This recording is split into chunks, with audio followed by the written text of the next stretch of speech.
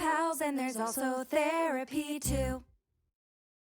Hello, everyone, and welcome to an amazing episode of Park Pals.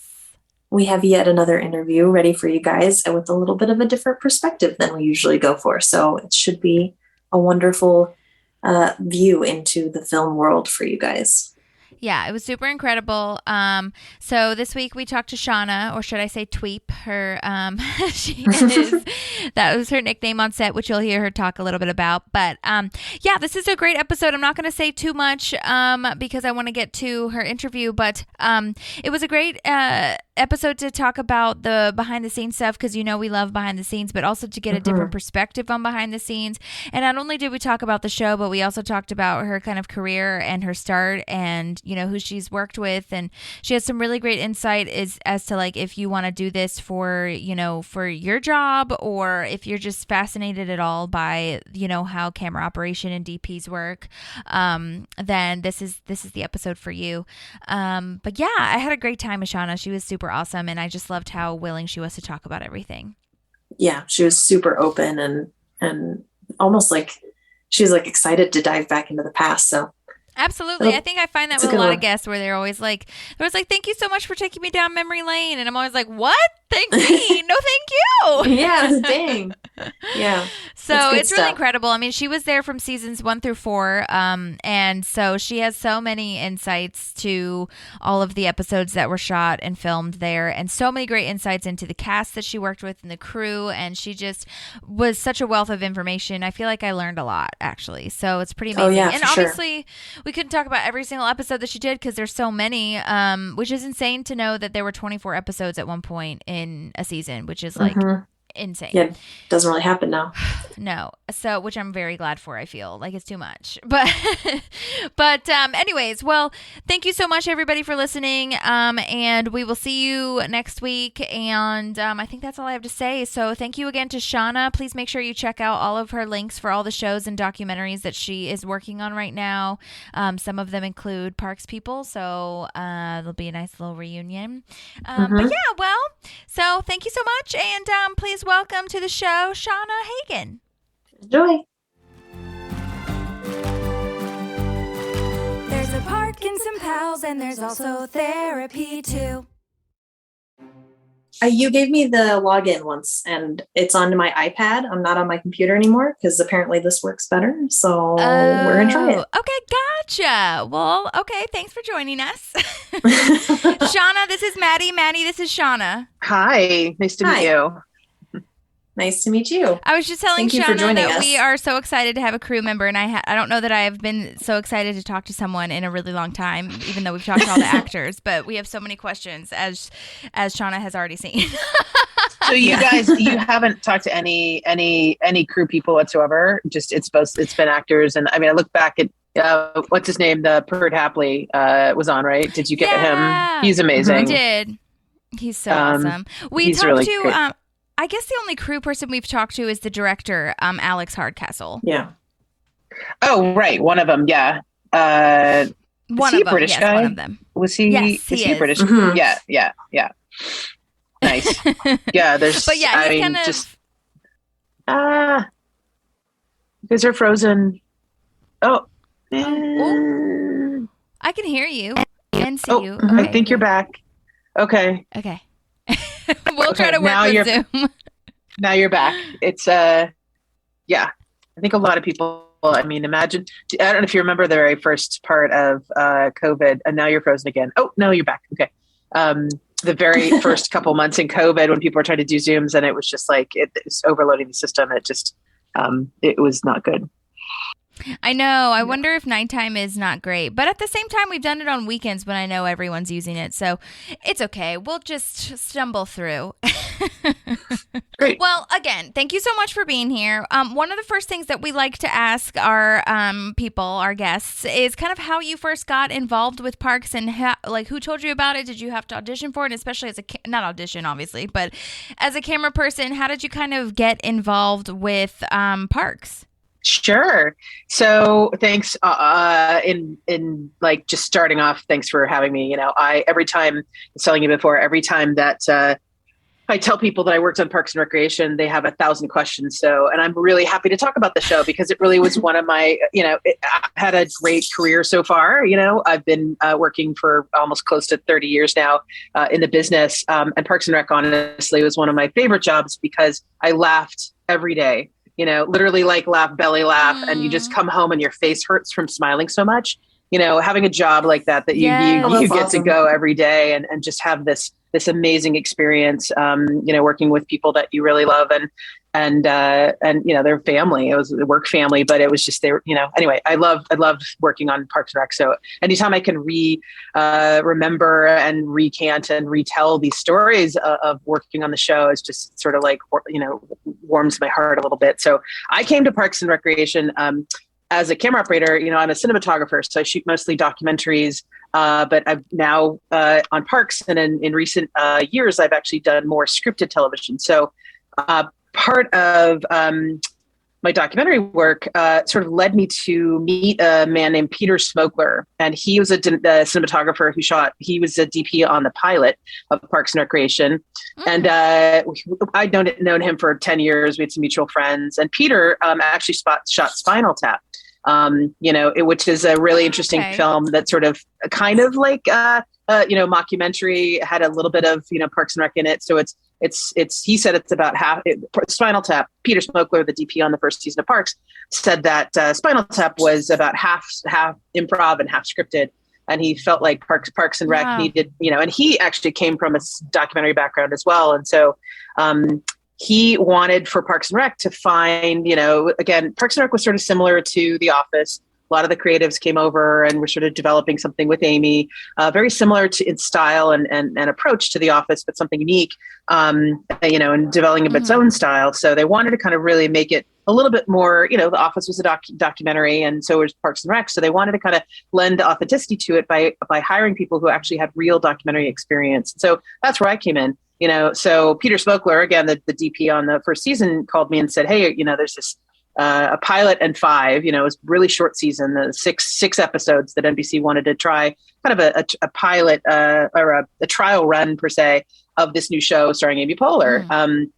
And I said, hey, yeah, that sounds amazing. If I can use my documentary skills in a scripted environment, I'm totally game and totally open to it. It was completely something I hadn't done before, absolutely new, scared shitless. Is this, can I cuss in this? Can I? Okay. Sorry. Yes. I'll try to keep it. I'll try to keep it a little, Go for it. I was. Oh my God, no, we do it all the time. So I was a little scared at first, but after the first week, I was like, I am absolutely hooked. I love, again, using my documentary skills in this kind of scripted forum. It was great, working with another camera. So on the first season, we had, a DP and 2 operators. Actually, it was all seasons. A DP, a director of photography. You asked this later, but I'll explain it now. Director of photography is really responsible for, he or she is really responsible for the overall visuals of maintaining a consistent visual style, as well as sort of managing the lighting grip team, and also the camera operators. So he or she has kind of rule or control or, provides guidance to the camera operators, and then also sets lighting and other aspects of kind of the visuals of the film or of any project. And so the camera operators are sort of essentially the physical operators of the camera. And so that's what I did. I am a DP, I am a cinematographer, but on this particular job, on Parks and Recreation, I was just a camera operator, but I'll say that just a camera operator. Don't say that. But Peter Smokler set the bar, basically kind of set the rules and said, you two, was another guy named Tom McGill, who ended up being the DP for later seasons, 5, 6, and 7. I think he was the DP, but he and I were both operators, and we were kind of encouraged to do our own thing. Essentially, we would watch. So I'm kind of getting ahead of myself, but the process was, we would certainly read the script. We would, come onto set, and we'd watch a scene getting rehearsed, and we'd already start to think about how we're going to cover a scene. Normally it's 2 cameras. Oftentimes we shoot 2 cameras. Well, all the time on Parks and Rec, we would shoot 2 cameras because there's so much improv, because there's so much back and forth between actors that may only happen 1 take or 2 takes. Having 2 cameras there allows you to kind of get the action and reaction or 2 sides of something, so you can cut, cut something that's happening in real time, like, with shoot it with two different angles. And so we were given from the beginning really amazing independence to kind of do what we wanted to do and feel it, which I loved, because normally a camera operator is sort of given specific instructions about, an actor's walking from point A to point B. I need you to, follow them, which is very specific. But for us on Parks and Rec, we were given a lot of liberty and a lot of freedom to make it our own and to really respond to the scene in a way that we felt like, we should cover that. The other thing is certainly both operators and I, the other operator, Tom and I were, I think we did the first 4 seasons, and then Tom was a DP, and then there was 2 other operaters that came on for 5, 6, and 7. But Tom and I did, again, all 4 seasons as both operators. Amazing. And he and I worked together really, really well. And then we'd cover a scene. We'd often do different takes, different frame sizes, or we'd kind of start with a wide, push in. All of those movements, all of those kind of like push in on jokes, or, waiting for somebody to say a line and then push in. All that timing was all just us kind of instinctively doing it, again, based on instinct, based on kind of comic timing. In a sense, we were performers too. I mean, I think Tom would agree that we worked in tandem with the actors to really kind of accentuate some jokes, find things. We would spy on them, through windows and all of that. So it was a really, really fun job. And I appreciated the fact that all the DPs, it was different in every season. We had a guy named Mike Trim, also John Inwood, talented DPs. They relied on us heavily to get the coverage and really kind of, again, pop in for jokes. And none of that was really ever pre-planned. It was all just kind of vibing and feeling it out. So that said, like Tom and I would always kind of have to break up the coverage or like, hey, you get this side, I get this side. I loved working with Nick Offerman. With Ron Swanson certainly was like, I mean, I could talk about Nick until the cows come home, but he was like, if you guys ever get a chance to, see anything, any of the things that you've seen and heard about him are absolutely true.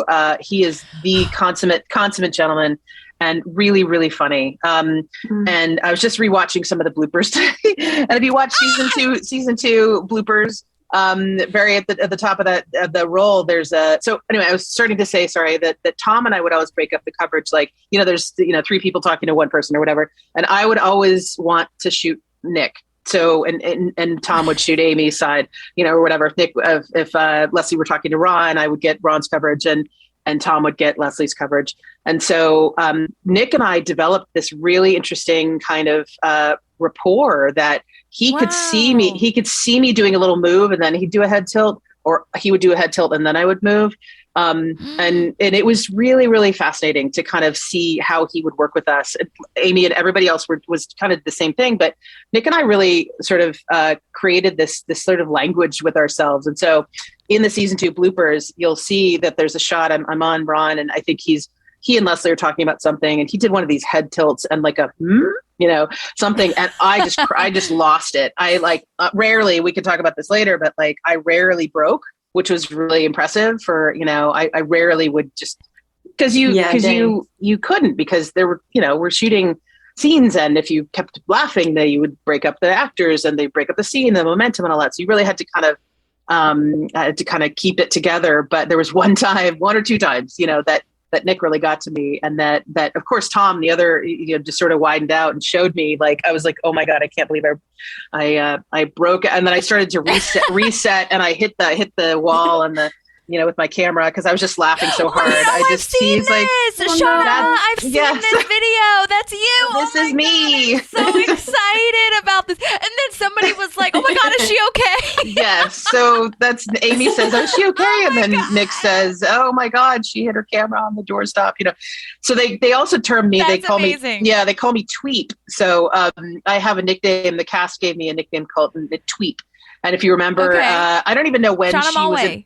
Exactly. So when she, my name's Shana Hagan, and when Shana Mulway Tweep came on to set, Amy just started calling me Tweep, and then the rest of the cast just kind of fell in. So Tweep was my nickname. So I love that. It's very sweet. So yeah. Anyway, getting back to like the process too. One of the things too that was like super fun, and I know you guys could ask questions, but come on. I the love process. the process certainly is reading the script, getting through rehearsing and blocking, and then we shoot it different variety of frame sizes, whatever. And then the cast gets a fun run. They called it a fun run. And basically that's a little bit of improv. If they want to do something different, try something different, try a different punchline, try a different delivery, try a different camera blocking, whatever. Then we had to be kind of ready for anything. I mean, they had parameters to like, okay, stay in the room. You can't run around the set because this is what's lit. But for the most part, those fun runs were really fun because it sort of kept us on our toes, but then let the actors kind of do their own thing. So it was super fun. I mean, I think in terms of, the camera operator, like my job on that show was so fun and so engaging. You had to be kind of with it and listening to, what was going on and kind of really being in tune with what an actor's like wanting to do and just again, one of the things I love about my job too is now I'm actually DPing and operating more. So I'm actually in charge of a lot of that stuff. I just did a show called Somebody Somewhere on HBO that just actually premiered on Sunday. That one I'm DPing and operating, and I love the relationship that I have with the actors. It's sort of we're literally on the front lines, and so it's it's important to kind of perform as they are performing and record their performance, but also certainly be a good human and kind of be respectful to their space, their creative process as well. So that was an amazing part of seeing each individual cast member kind of go through their own creative process and then come together to create this really amazing funny scene. So it was a fun show. I mean, I could literally how long do we have here? we can go on forever. You want, girl. Well, is the director are the director and the DP there? Obviously the director is, but is the DP always on set with you? Pretty much? No, not on Parks and Rec. They were mostly monitors with a DIT with the lighting and grip crew. So when we're actually shooting, most of the people were in sort of a video village. So we were on headphones with that DP, so he could tell us, hey, do this, do that. But honestly, for the most part in this show, it's kind of a unique situation. Most DPs are very hands-on with their camera operators, telling them, do this, do that. Hey, let's get here earlier, or let's start a little wider, end a little tighter, or whatever, some specific notes. But for the most part, he trusted us and let us go, which was amazing. Yeah. It really, again, gave us ownership of our own coverage, which was, allowed us to be more engaged with the story and the coverage and just the whole process. It was pretty unique. But yeah, so the director and the DP, everybody's in a village. Oftentimes they wouldn't come on. We would just keep rolling. We would just we wouldn't cut. Traditional shooting is that you would roll a take, cut. Everybody would come in and give notes, and then we'd roll up again, whatever. But a lot of times we would just keep rolling, and we'd take a camera off our shoulder. Sometimes one person would come in for notes, or they would just try a second or third take, and so or maybe even longer, and then we'd cut to get notes and people. But it was a really unique process, I have to say, and not typical really of most TV shows that I've been involved with. But are there marks on the floor? Because in sitcoms, obviously they have to be in a certain spot because the camera is stationary. Was that not a thing there because you wanted it to be in real time? Yeah, I mean, I think we started out, if I want to say, I was going to say, don't quote me on this, but you're going to quote me on this. So no, I'd say in season one, I think we started to have marks, but people didn't hit them. And I think it was better that you gave them an area in which to stand. If there was something specific that we needed somebody to stand, you need to stand here for a spy shot, for instance, because we don't have a lot of latitude shooting through the blinds or whatever. Here's your zone. Sometimes we wouldn't give them marks. We'd give them don't go left of this mark and don't go right of this mark, because then you're out of frame. So we'd give them a sense of where they can stand.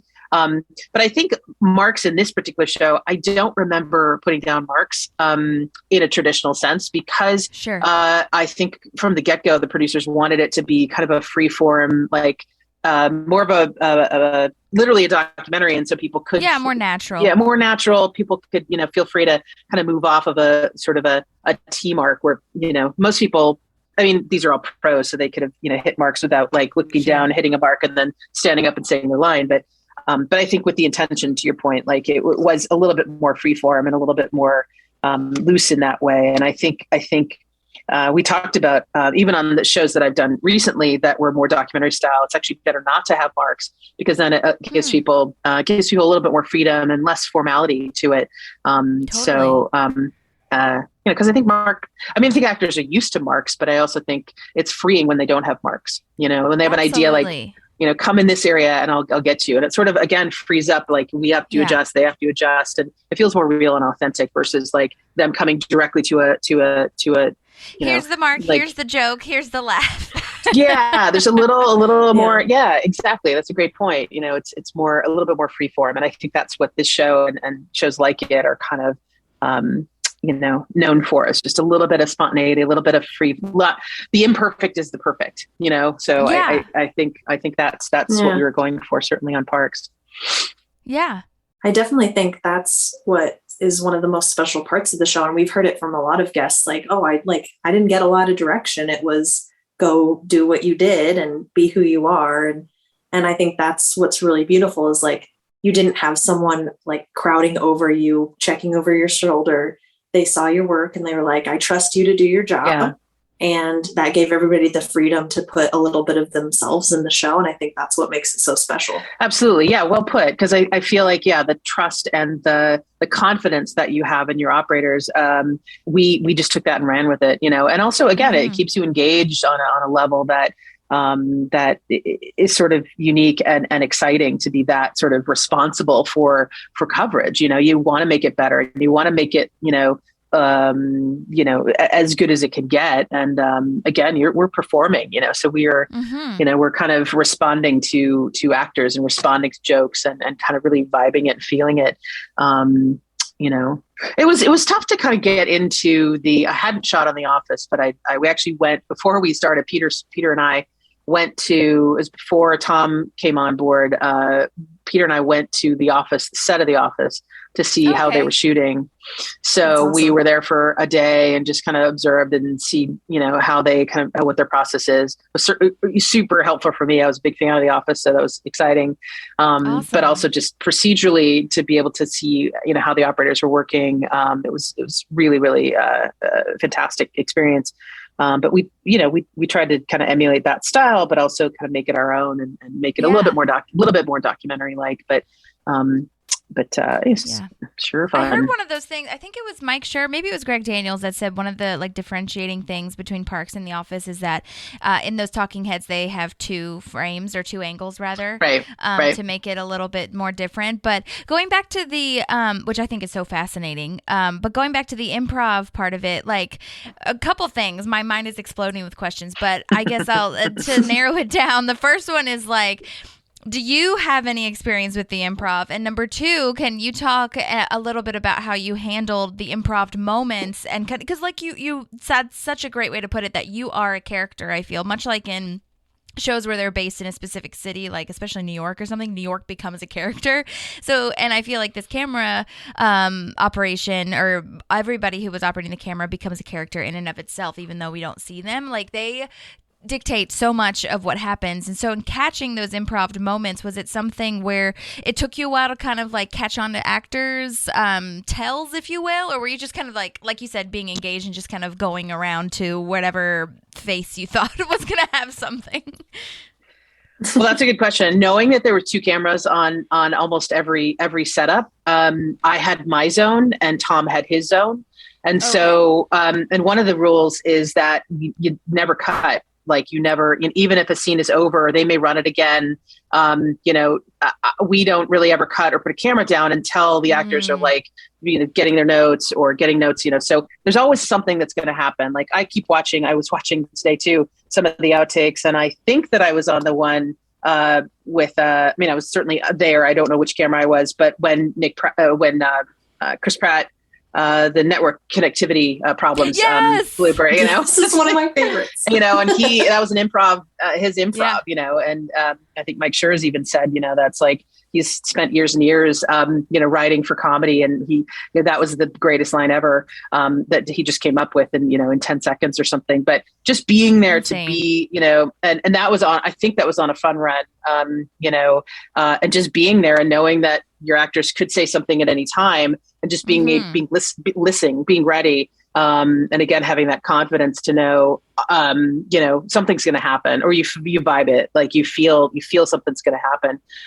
Sometimes even actors will wait until you come to them to say a line, which is super helpful. And so, they're camera savvy, particularly Nick and Amy were really good. I mean, they all were really good at this. So I'm not, but Nick, I had a lot of experience with Nick where he would wait for me to come to him, and just the timing of his like looks or his head turns or his, wow. Any of that was really, really good. And he would wait for me. And so, sometimes I would wait for him. Sometimes he'd wait for me, but that kind of working with an actor over 70 episodes, you just develop a language and kind of a kind of unspoken language there that it really is fun. So, but the improvs were, often just again in this sort of in the coverage. And so you just cover it as if you were, it's just part of the scene.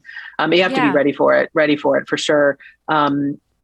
Yeah, it's fun. I'm trying to think of other improvs, but we'll get down into a favorite. Was there ever a time where like you didn't catch something and the director or you were like, oh my gosh, go back, do that again, or something like that? I mean, I would say it's mostly in the moment. It's mostly in the moment that okay. Sometimes if we'd say sometimes if you don't if it's not on camera, it didn't happen.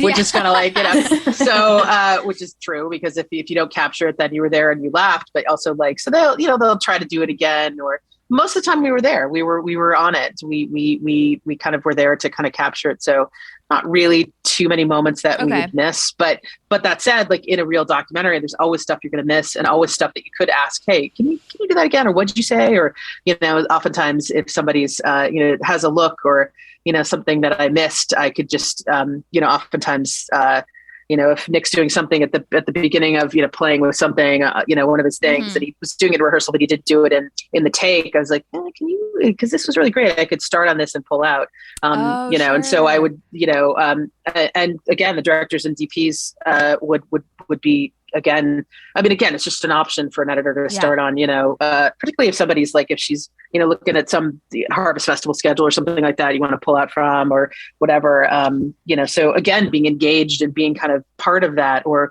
really given ownership of the camera work was such an honor and such a thrill to be engaged on that level. So yes, I love the facial expressions. That is all that it is for me. It's like all the facial expressions that the cameras catch. I mean, that is one of the things, like if I'm writing, not that I've done it like so many times, but I've written a few sketches that I did in LA, and like I mean Parks in the Office is the 100% reason why I did it, because I loved making facial expressions at the camera and trying to get the operator to laugh. That's which funny. I know is like not like profesh, whatever, but if I can get them to laugh, I feel like I did my job. Absolutely. No, it's true. It's like, and I think one other thing that we wanted to do, like in Parks, and I think any of these shows, is sort of like the camera's the friend in the room. It's sort of like you're there, you're not really like another character, but you're an invited guest. So we're in on the gag, and we're like in on the conversations, and it's kind of like, it never really needs to be super intrusive. But I think that, it's, just you're a friend in the room. You're like, you wanted to, be this sort of friendly observer that is just, kind of a witness to all this craziness. So, well, and speaking of craziness, you did Harvest Festival, which OMG, crazy, big time. Main like specific question, and then we'll just talk about it, like shooting it generally maybe, but specific question is like at the end, they do that huge wide, like looking like crane shot moment. Is that real? Is that like added in after? What is the deal there? Do you know? So I do. So we shot that up I did a research because you asked me, like, is LA Pierce in the Valley, in LA Pierce College in LA. Nice.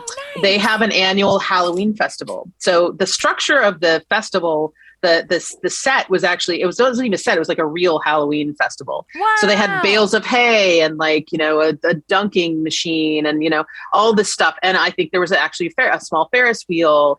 They did not have a roller coaster. So if you look at the wide from an aerial, I think was taken we did shoot that, but then they composited in the, CGI'd in like a roller coaster and some other things. But we did actually we shot a scene on the roller coaster. I remember being up really on a condor shooting. I try to remember the scene. Sorry, I should have watched this. But is it Jim and there's two people stuck in a. Oh yeah. There's a scene where they're both sitting. Is it Jim and no? It's Jim and Retta. No, it's Jim and Aubrey. I think it's Jim. Well, there's multiple. There's Chris Pratt and Aubrey Plaza, and then Ron in the Ferris wheel. Tom is with Jerry. Right? Yeah, Jerry and Tom, because they're looking for little Sebastian in the maze. Right. And then I don't know. I don't think Retta's on it. Ron is there, though. No, I think Nick sits by himself. Yeah, I agree. And he yells at everybody to figure that shit out. Yeah, he's like, okay, Andy, you said awesome sauce because she actually loves you or whatever. But awesome sauce means I love you in Andy. Right. Andy language. That's just, come on. Chris Pratt, like, we could have a whole nother 2 hours on Chris Pratt. Like, the nicest guys, the nicest, like, genius. Super nice, like, it was crazy. Yeah. So where were you Harvest, when you were shooting the Ferris wheel? Oh, the Ferris wheel. So there's so the scene actually takes place in the Ferris wheel like car, right? And they're like they're up about halfway up in the thing, right? So they're if there's a circle, they're like halfway up. So we had two different camera platforms that were built that were probably actually one was a camera platform, the other one was a condor that we were riding up in. So probably 30 feet off the ground, shooting the two cameras on them, as they were sort of sitting there swinging in the Ferris wheel. What do you call it? Compartment. Yeah. So that was super fun. But cart. Talk about little Sebastian, little Sebastian, like on stage, which was crazy, because he came in the office a couple times, I think. He did a fair amount of animals, but then little Sebastian, like, we had the concert stage. Like, there's like so much that like, the Unity concert. Well, not the Unity concert. Yes, that was later. But the little Sebastian was like as big as the Unity concert, almost. I feel with the giant flame that Ron burns his eyebrows off. Oh my God, I forgot about that. Oh, that's so. Keep in mind, you guys, this was like over 10 years ago, and so this is like my brain is like, oh my God, I remember the memories are all the memories coming back. Remember the black ribbons, the black on black ribbons, or something? Yes. What's it? When was that after he died, right, or something? And that didn't know when was the Tom was doing some ribbons. Tom was like. Asking Jerry, or no, he was asking John Ralphio, like, what color tie should I have? Or maybe it was a ribbon, but they were he was ribbons. Like, aren't they all black? Like, oh, right. But weren't they, didn't he have like ribbon? Anyway, that's funny. We had, as a crew gift, I think that year, we had not only the Harvest Festival hoodie, which I tried to find, but I couldn't find, sorry. Oh man. But I do have one show and tell that is totally unrelated, but if you can see like, oh my God, no! Oh my God. That is so exciting. And then you have to look at the back. It says, I only have 3 of these, but E720! Oh my gosh. Okay, for the listener. Gosh. I'll explain this in a moment. Go ahead. It says in Tom we trust. Ralphio. Yeah. Oh my gosh. In Tom we trust. Yes, so Shana is showing us the money that they printed, that John Ralphio and Tom printed for E720. You can. Oh my God. Scott's like, there's like you can't toilet. just print your own money. Toilet filled with toilet a bowl. I got pictures. Yeah, I don't. Oh, that's just so funny. Anyway, so we digress. We digress. They come true. They come true. We digress. Did you shoot that party that they did? I guess that was like a little bit later on in the series, huh? Where they had a tiger in that little warehouse. Yeah, with the basketball players. That one. Yeah, that was. Yeah, I was there. That's where I got the money. Because they were like filling toilets, that glass toilet with like the money or something, right? It was just insane. That was out in the valley. Like, that was just, Ben Schwartz is super uber talented. John Ralphio, he's just amazing. I mean, talk about like guest stars. I mean, like, my goodness, it's like, I would 8,000 people, like Paul Rudd and my favorite was probably Carl Reiner. If you remember, like the scenes with she goes to a senior center when she's campaigning, I think, to get votes or something, right? Oh, yeah. And she has a scene, I think, with Carl Reiner, which is yes. And he's like riffing and he's like, he's like knows his lines. And he's like, I think he was 90 something at the time, but oh my God. he was amazing. Yeah, he's like, I don't like to eat after dinner or after 5. Like, I don't do business after dinner. So we can't meet after 5 or something like that. But he was just, I mean, that was for Amy, that was like I think they'd met before, but that was like a highlight for her. Yeah. But I mean, like, gosh, I'm listening, like Fred Armisen and Andy Samberg.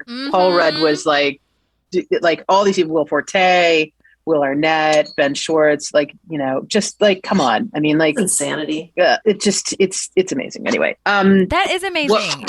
What were we talking about? We're talking about Harvest Festival and like how to shoot Harvest Festival. Thank you so much for being prepared. You're amazing. Well, no. I just want to like, because we could just like go and riff and like, and the audience is like, what? Wait a minute. But like, what about this? So keep me on track. Cause like, no, you're good. Distracted, But yeah, Harvest Festival is like probably one of the bigger ones that we saw. So I was curious as to like how you shot the outside scenes and if it was harder to shoot outside versus inside, and also keeping a track of so many of, there were so many extras and so many things going on, at the Harvest Festival. So I'm curious as to like, how you get through your shot list and how you feel like if everything is, where you want it to be to move on and, kind of all the above. Well, the easy part with this show is that it's all sort of scene based. There were segments that we would just like shoot. So the extras are called background, right? So any background that were just kind of milling about at the festival, oftentimes they would just roll a B-roll pass of the background kind of doing their thing, like, somebody bobbing for apples or like, wandering around or whatever. So that would be like, okay, we've checked that off. And sometimes they would use those, sometimes they wouldn't. But our show is very scene-based. And also, like, we had 40 or 45 page scripts for 21 and a half minutes of broadcast. So we were shooting, we didn't have a lot of time for extra stuff. So we had, once we knew we had the scene and it was a good time, like a 20-second scene or a 30-second scene or something, we would know that we could move on. But I think everything was sort of broken down so well, scene wise. I also big shout out to Steve Day and Susie Flowers, our 2 ADs. They would swap we'd shoot an episode in 5 days, one episode each 5 days. So each week we'd have a new AD. They were not a new AD, but they would alternate. So they could prep 1 week and then shoot 1 week and then prep and shoot and prep. So the ADs and the BADs, they would always be scouting with a crew, anyway. So, but the ADs, the assistant directors were like, and their team were responsible for all the background, were responsible for all the extras. And what I loved also about Pawnee and about the the background casting was that we'd see a lot of the same people. Pawnee was not supposed to be very big, and so oftentimes they would get the same kind of background and the same exact people. And so and often like I don't know what his actor name is, but Kyle, and there's several others Andy that would Forrest, like we just talked to him. Oh, nice. So like they would show up and it was like, oh yeah. So he'd be in the background. And so that sort of, again, lent itself to this authenticity that we were like actually in Pawnee. And so that was really fun. But yeah, no, the ADs were really always working with the director and the DP to kind of get all our shots. And again, as the camera operators, we were just sort of tasked with, shooting the scene. And once we got it, we would move on and knowing, so shooting outside, certainly in Southern California in the winter and in the fall, we actually did shoot that, I believe in the fall, because the Halloween festival. How hot it was. It wasn't super hot because we would start shooting. We would start shooting like August, September-ish, which is just at the end of the heat of August. Sometimes can get a little hot, but then September through say March. I think one season we ended it in April. So we're really in kind of the cooler times of LA, which was nice. And sometimes we'd have rain. Sometimes we wouldn't, but shooting outside is amazing. And I think again, it's sort of it's a little challenging if you have a really long scene or something that involves a lot of people and a lot of action that happens. It takes place over 6 hours, but it's all supposed to be like kind of the same time frame. That's a little tricky. But I love being outside. I love being outdoors. I think it's nice. All the city hall, Pawnee City Hall, Anne's bedroom, and a few other sort of rotating sets. We're all on stage at CBS Radford, and we'd on average be on stage 2 or 3 days, and then off, outside on location for 2 or 3 days. And I loved going out because it's great. It's sort of getting our characters outside this, they're, that these are all shenanigans. I was just, again, spinning through 8,000 clip reels of Parks and Rec, just kind of refreshing my memory of like, we went out and we'd be in the park where, Leslie was getting, bags of poop getting thrown at her, or like, or we're at, we're at the, with Tom's sitting in the car, like, or they're at the snake juice, that whole snake juice. That was one of my favorite episodes. Like, that's in a bar in Hollywood, but getting out and like seeing these characters in sort of more real, environments were really fun to do. The stage was great. The set was amazing. Yeah. But it's nice to get out. People. Yeah. That's so cool. Super fun. So, again, Harvest Festival was like, I think we went a couple of different seasons, if I remember right. Cause I don't know if Unity was different than Harvest Festival, right? Unity Festival. It was Harvest and then Lil Sebastian's Memorial, and then Unity concert was like the last big hoorah, like huge concert moment. Right. Okay. Yeah. But I remember, we had a bunch, and there was a bunch of stuff in Harvest Festival. Again, there was just so much going on, like with the curse happening, and Joan Calamezzo saying that there was a curse, and and then a pretend camera operator following her around. Right.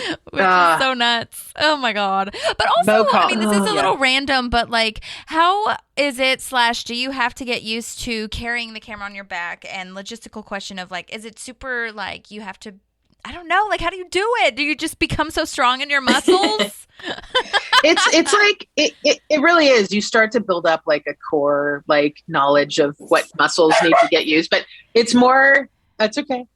I'm glad it's not. If my speakers are on, my dogs will be barking too. But my dogs are outside. I think my fiance is feeding them. But nice. The what was the question about?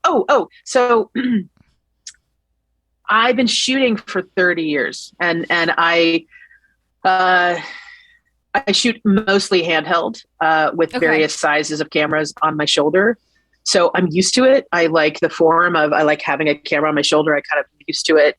And I just, over the years, have built up kind of a callus on my shourder and kind of like a weird, like I have crow's feet on this side versus not that side because I'm closing this eye and like shooting this way. So I also have had sort of bad knees and my shoulder, there's some injuries like, from overuse, but just kind of build up like a tolerance for, standing with a camera on your right. It can't switch shoulders. The house has to be on your right shoulder. But once you get used to it, it's kind of like driving a car where you muscle memory kicks in. Sure. And you just kind of, every camera is different, but again, like driving a car, you kind of put the seat in the right way and the mirror and everything. And once you're kind of settled in and feel confident and comfortable where your controls are, then you settle in and you kind of do it. Parks and Rec, we had a very, shoulder mounted. I sent you a picture there. That's pretty much the camera that we used most of the time, or something like it. And it's a bit heavy, but I like the control. I mean, we're doing a lot of whip pans too. A lot of like, there was like, from one character to another. If you have a teeny tiny little light camera, you don't have that kind of control. You'd be like, and then, so having a little bit of a heftier camera was actually better. Gave you a little bit more stability, a little bit more control. And as long as it's balanced, you're fine. Again, just building up muscle memory. And I'd say for anybody who's wanting to start out, just get a camera on your shoulder, if you want to do some handheld, definitely just go and just do as much as you can. I also did right before, in addition to my documentary work, I was shooting a little bit of reality television. So I did 3 seasons, three seasons on The Apprentice with Mr. Trump, and then also 4 seasons on Survivor. I was in China and Panama and Fiji and the Cook Islands. Way back, early season, I did. Yes. Okay. Yes. Because that's how he got into the office, right? Because he was in Survivor and they knew him from that. And like you said, they wanted to have people that actually knew how to shoot live television reality moments. Sure. Right. That's so cool. Wow. Okay. Did they know that you worked on Survivor? Yes. Yeah. And that was all again, but just in the interest of like, how do you get built up? And that we're shooting for like 8 hours a day. like kind of nonstop racing around, following contestants, as they're running around the beach or running around New York City or running around on the beach in the middle of nowhere, in the middle of the, South Pacific. So you just build up, I think it's like anything, you start to do it. The first couple months was I have to say the first couple days on Parks and Rec, the very first day I did it was it's a big learning curve for me, but learning to keep your camera balanced and also taking breaks when you need to, stretching out, just kind of keeping yourself fit and happy and fed and hydrated is also key. So So, but did you I love have what to run at all with parks? I feel like there wasn't a ton of running around like there was with like Survivor. Yeah. Not really. I'm trying to imagine it, and I just don't think there was. A fair amount of backpedaling down city. We do a walk and talk with two characters as they're walking down the hall and by the murals there in City Hall. But that was the extent of the physical, but the longer takes, sometimes when a director would just want to roll right into another take and another take and another take without taking breaks, sometimes we'd go 30-40 minutes without taking camera off our shoulder, and that was a little challenging. But again, it's all in the interest of like once a scene starts, the sort of adrenaline kicks in and your instinct kicks in. You might be in a little bit of pain, but you're also like in it, and this is what you do. So you kind of like, you just shrug it off and know that you're going to get a break. You're going to get a break eventually, and then you just keep doing it. So, okay, cool. And, so you mentioned that Nick Offerman was one of your favorite actors to work with. Were there any particular scenes that you are remembering off the top of your head, apart from the blooper reel moment, and also the blooper reel moment? Any other actors that were like top 2 blooper reel moment? I mean, I would list all 10, and I'm not going to put them in order because I know, if they listen, I don't want to offend anybody.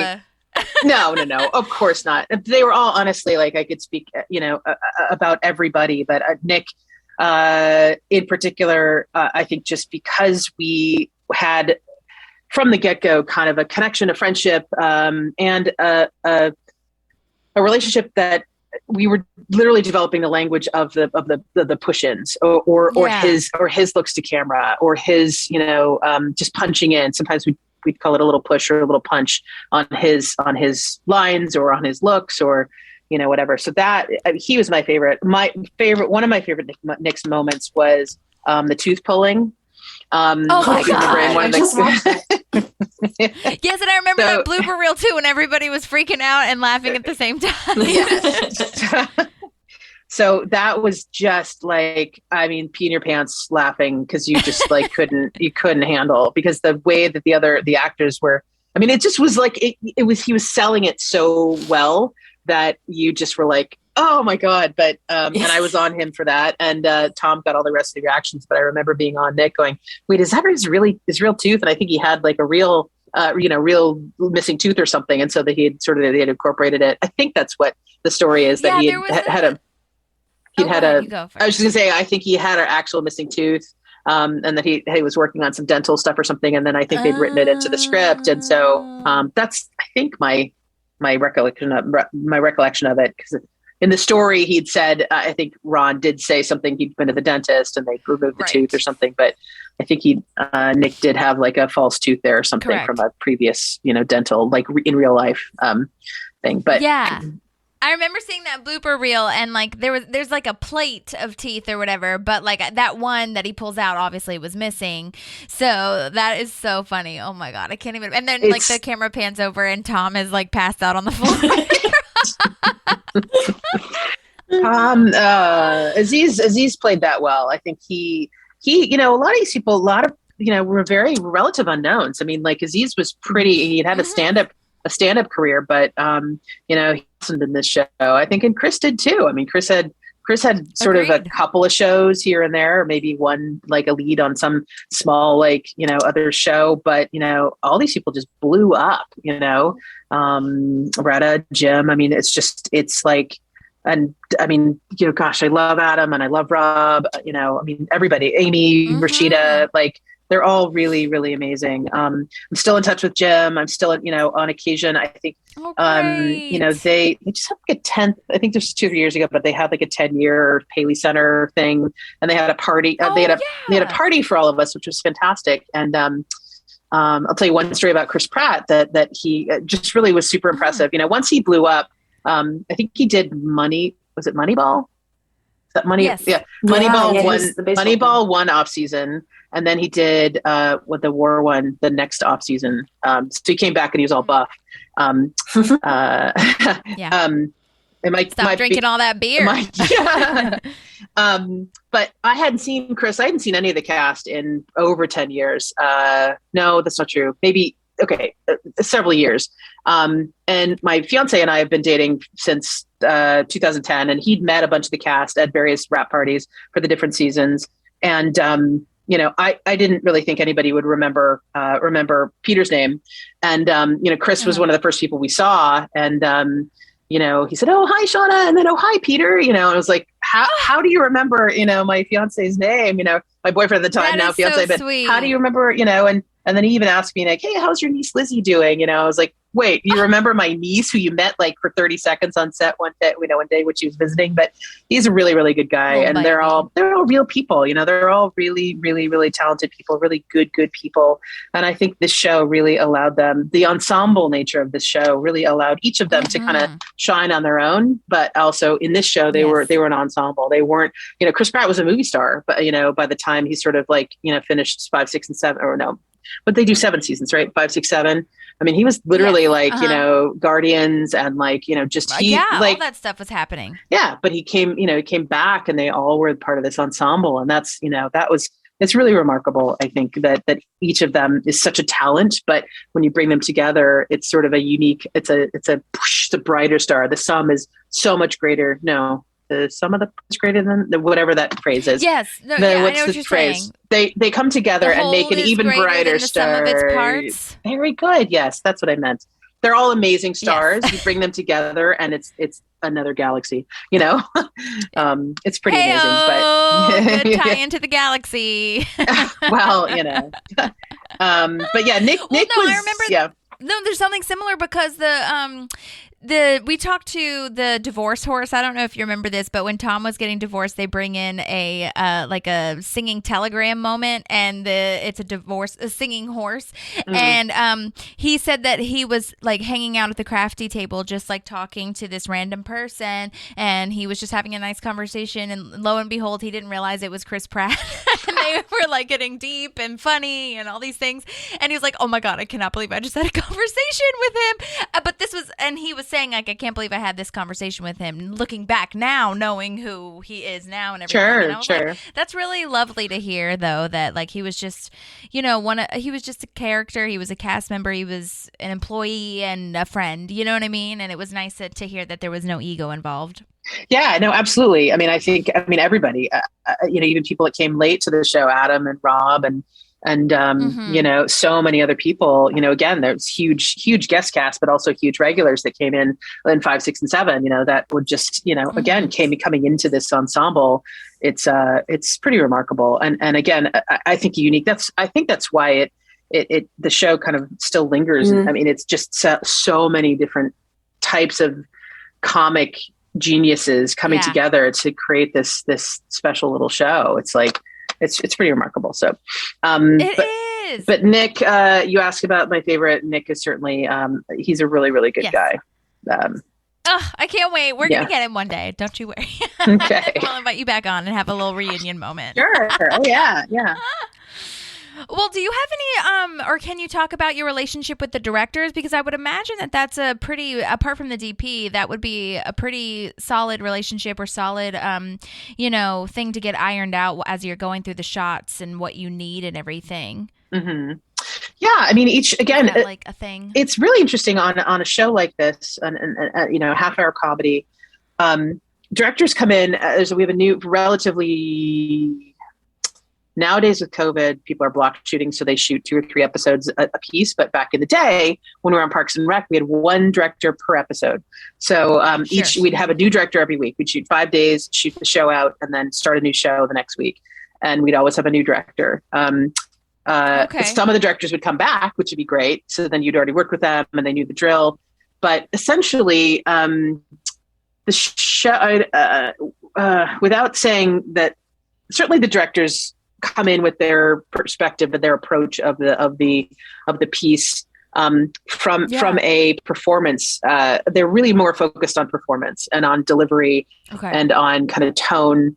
And they would leave the camera operating literally to us. Once they realized and once they saw cuts of the show, or they, by then we were broadcast, so everybody kind of knew the vibe of the show and what we were doing and how we were doing it, they would just kind of tell us what they wanted or what the coverage was. We'd kind of block it together. Oftentimes we'd get into a scene, they would rehearse it, and they'd start to block it out. We would sort of stand in our positions where we thought our cameras could go.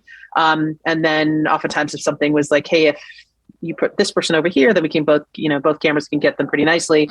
We'd work together and kind of work out the blocking, and then it would just go. It would just like, it's a train that sort of leaves the station, and it just kind of, it just happens. So oftentimes directors will come in and just kind of do their own thing and really focus on performance and actors, which is fantastic. Cause again, it's a pretty well-run ship. I'm using multiple metaphors here, but I think, as the seasons progressed, the crew really coalesced and really started to work together well. We did our thing. We just, a director would come in again with a new approach, or every director has a different language and a different, approach that he or she wants to do. But generally the show has its own kind of style. And so visually and aesthetically, it kind of has a very consistent style throughout. But that said, you can really tell a show that, say, Paul Feig is directed versus, Beth McCarthy Miller was another amazing director we worked with. Alex Hardcastle that you've talked to. Everybody has like their own approach, but generally the show is kind of consistent in the way that it's executed. So I don't know if I answered your question right, but I feel like no, you totally did. And I think it's probably harder to answer as well, just because it's, first of all, like you said, there's a new director every time. But the fact that you said, that's really fascinating to me, that they're kind of more so focused on the performance of the actors and stuff, and like the feel of what they want to get across. And it seems like a fine line between, being a part of the show, but not so much part of the show for you personally. But I mean, you are a part of the show, so there's no way around that. You know what I mean? It's really, it's so fascinating to me, tiptoeing on that. Exactly. Yeah. But I think, and I think where the actors responded well to people who were certainly collaborative. I mean, all the directors that I ever worked with on that show are all highly collaborative.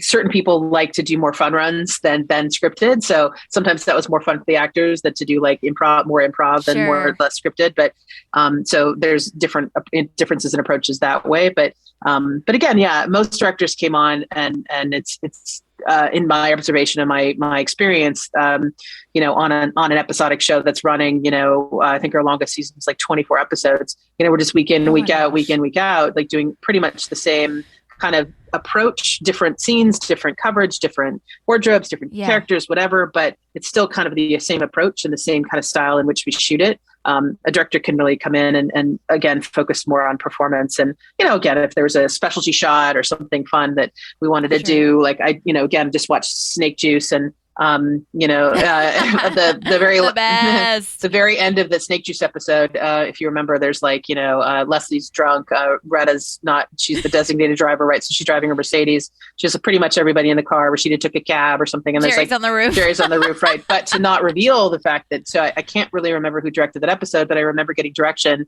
Hey, we don't want to see everybody on the roof. We don't want to see Jim on the roof. That's the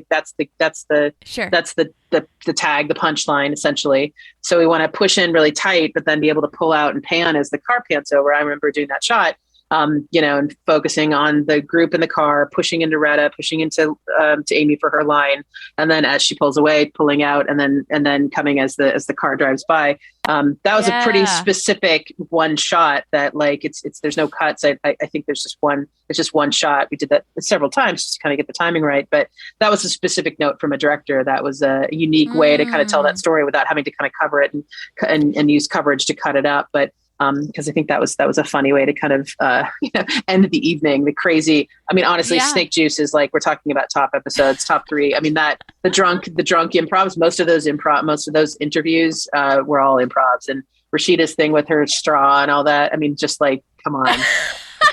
And Nick's dancing and like. Did you shoot the talking heads? Yeah. So Tom, those improv talking heads. Yes. That's it's just fun, and it's really hard not to laugh for sure. But that whole series, the way that jump cuts, it's really, really funny. That was shot in a bar in Hollywood that smelled crazy bad. But so every time we went there, it's like, oh, it's snake juice. Oh, it's gross. It's like another snake juice party. Oh my God. I think we were there what a way to remember times. But yeah, no, it was great. And the other fun thing too is when directors would come,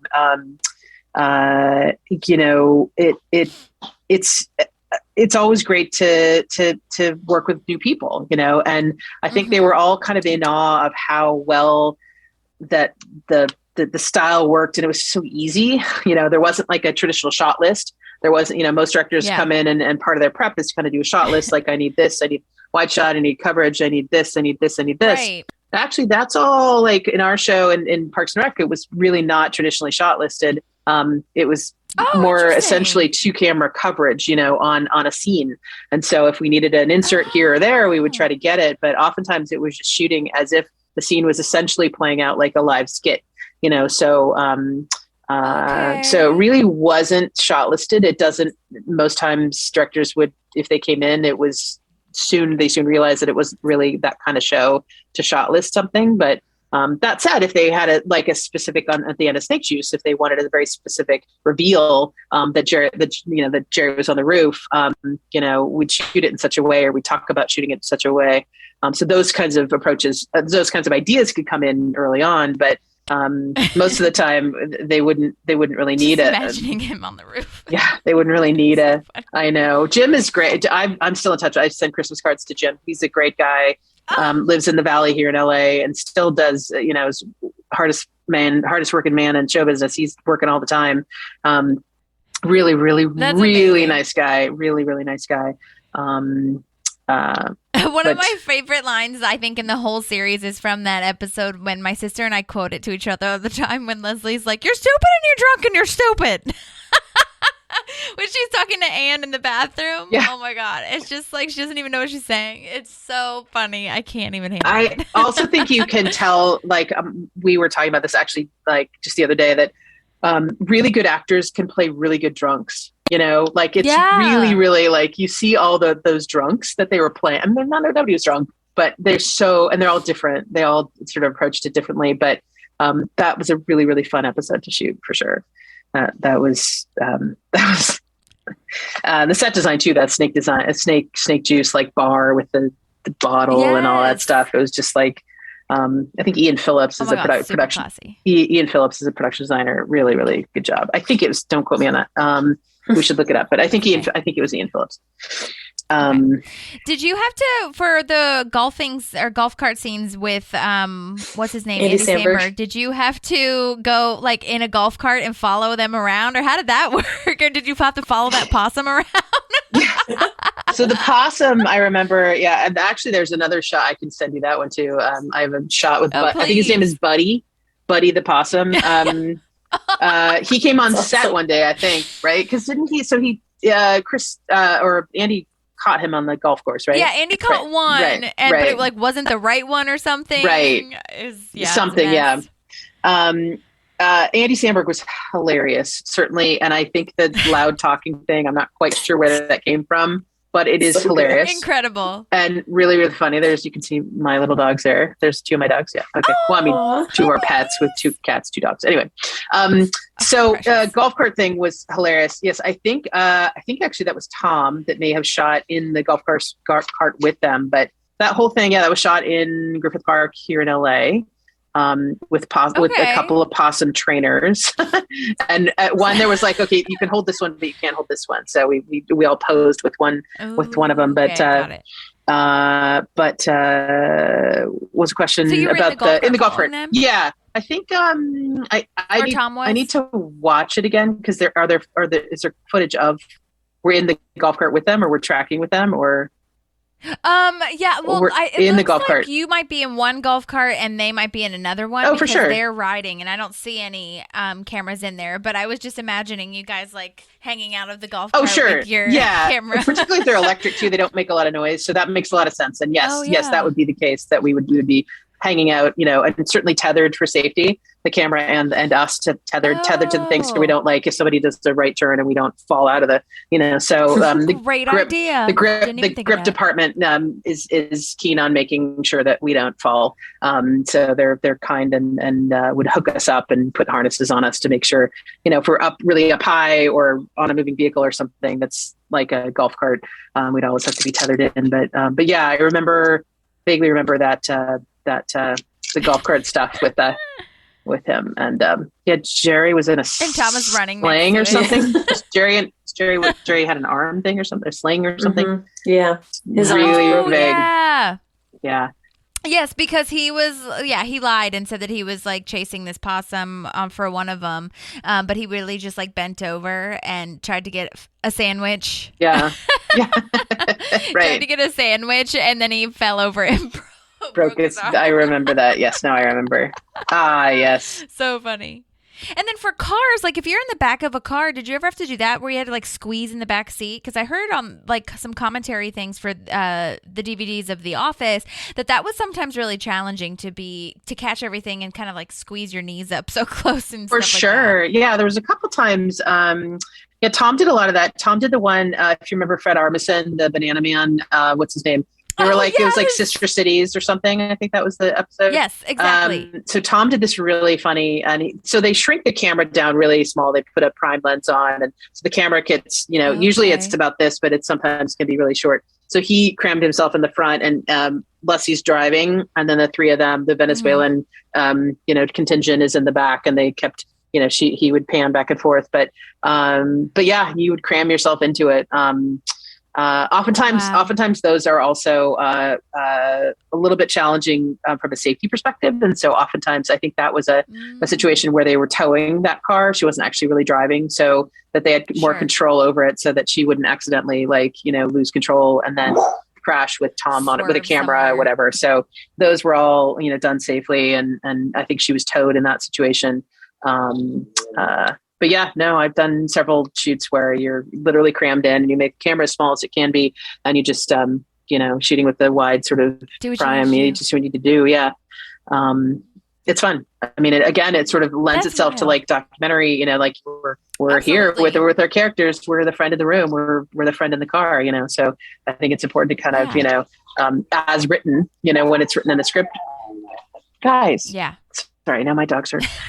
When you're good. When it's written in the script, you have to kind of find ways to do it. So, and if there are things that are written in the script that are really impossible, oftentimes the director will go back to the writers and say, or the producers and say, can we have the same scene but in another environment? That's a little safer, a little easier to shoot or whatever. But for the most part, writers would kind of be keen on making sure that it's shootable. So.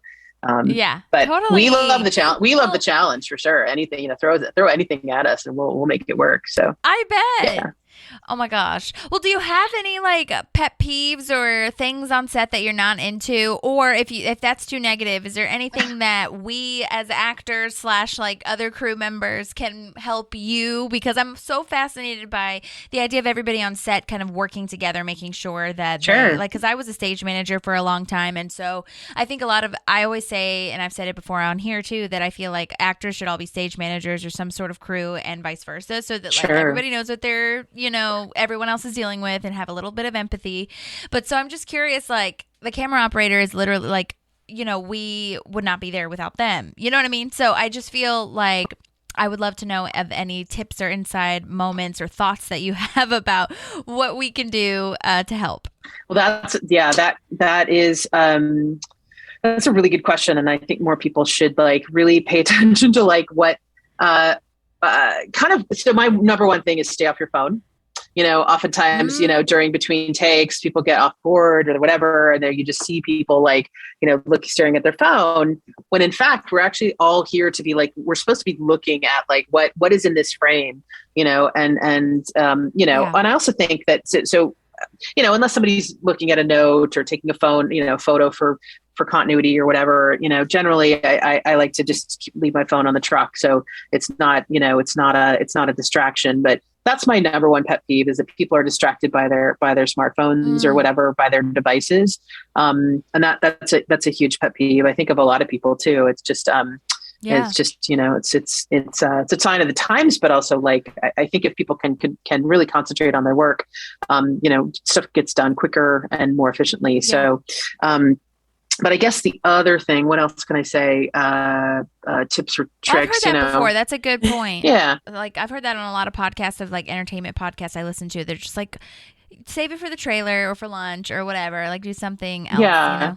And I would say like keeping the chit chat and the like, just being, there's a thing we call, set etiquette, right? So there's a sense of knowing your place, and not to say that like you shouldn't go someplace, not physical place, but let me rephrase that. Like knowing, just set etiquette to me is super. I totally feel it's super important that like you're not chit chatting with the actors, or you're not chit chatting with with hair and makeup when they're like scrambling to get something fixed, or somebody's it's just knowing kind of your place, knowing your job, your duties, knowing what's expected of you. And also being keen on listening and observing like what's going on around you. I think that again, this sort of engagement and this sort of being an engaged observer, like, and you're constantly listening and kind of vibing what's happening, knowing where you're supposed to be on set, and knowing your job and doing it well, and always paying attention, always also thinking three or four steps ahead. That's a key skill that I have implemented on the shows that I've done recently, even in the doc work that I do, but most importantly on the scripted work. You're needing to kind of think 3 or 4 shots or setups ahead, so you don't you don't get kind of in a bind, or you don't run out of time, or you have time for all the coverage that you may, if it's a traditional coverage, so thinking ahead, being engaged, listening, staying off your phone, a lot of that goes a little bit of that goes a long way, and again, not really chatting up with cast, but particularly the chit chat on set sometimes it's to me really unprofessional. Take it off set, if you really want to talk about somebody and what you did over the weekend, and it's really not productive to what we're doing on set. I don't think there's any place for that. That said, there's also, a rapport that you have to have with your other crew members. So you have to be nice. You have to play nice with others. You have to be a good human, of course. And show up. So, but most people that I work with, are really professional and really kind of have this great set etiquette. But, some younger people, particularly PAs that are just starting out and really haven't spent a lot of time on set. I think if they just observe and see how people do it, they realize that some of the things that they're doing may not be appropriate to be on to do on set. But totally. Because sometimes also a little bit of that, like a little chit chat in the background when an actor's trying to study lines, or, the gaffer's trying to light, or, DP is trying to really get a sense of, all that stuff is just distracting. So, anyway, sorry, I go on and on, but I think I think that's great. It's important to kind of remember that, also that people are watching, and people are watching what you do. And again, if you're kind of engaged and listening and kind of really have a good sense of where you're supposed to be and what you're supposed to do, and also do your job and do it well and do it with kindness and grace and be a good human, that stuff, that pays off in spades. I mean, people are going to want to work with you, and they're going to want to bring you back on your next project, So I think a lot of that, sometimes people just kind of pass it off as just like, it's not important, or I want to get this, or I need this, or whatever. It's like, let's be a good person. Let's pay attention to what we're doing, listen, be nice. Play nice with that. That's the thing. Like you said, there's a time and a place, and I feel like there's room for all of it. There's room for chit chatting and talking about what you did over the weekend, but maybe not when you're rolling. Yeah, not when and also being respectful of the creative process of all the people that are there. So whether it be the director or your actors that are on set, or your DP or your operator, whatever, being respectful of their creative process and allowing them the space and the time to do what they need to do to be their best and perform their best. So that is a key thing that I've learned in over the years, is just kind of respecting that process. And whether that be if somebody needs an ice cold water before they go onto set, like just get them that, like don't, that's a good example, but like just, honor the creative process, whoever is working. I think that's a key. I think key to it's a life skill too, is just letting people do their thing. Sure. Like you do you, I do me, but also we come together. We're all working on the same project too. So bringing our own individual skills together to create this really cool project, whatever it be, whatever it is. We're all on the same team. So So anyway, Yeah.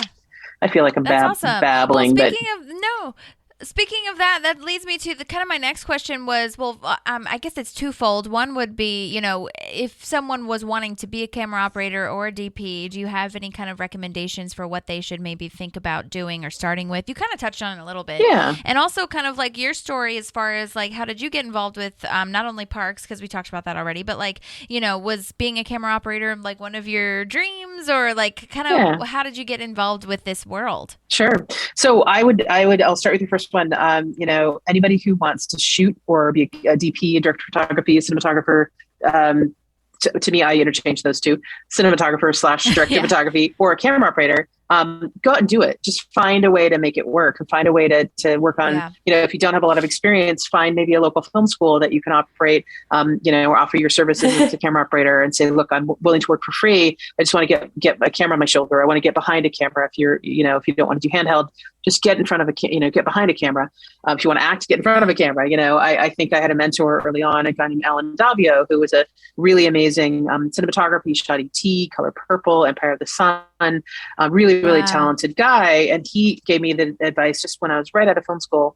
I was kind of trying to find my way, and I couldn't really find a job to shoot to save my life. I was like just out of film school, and I was really kind of, just trying to find my way. And he said, just go, and if you want to shoot, go shoot. If you want to edit, go edit. If you want to direct, go direct. And so, just finding projects that you can do, or doing something on your own.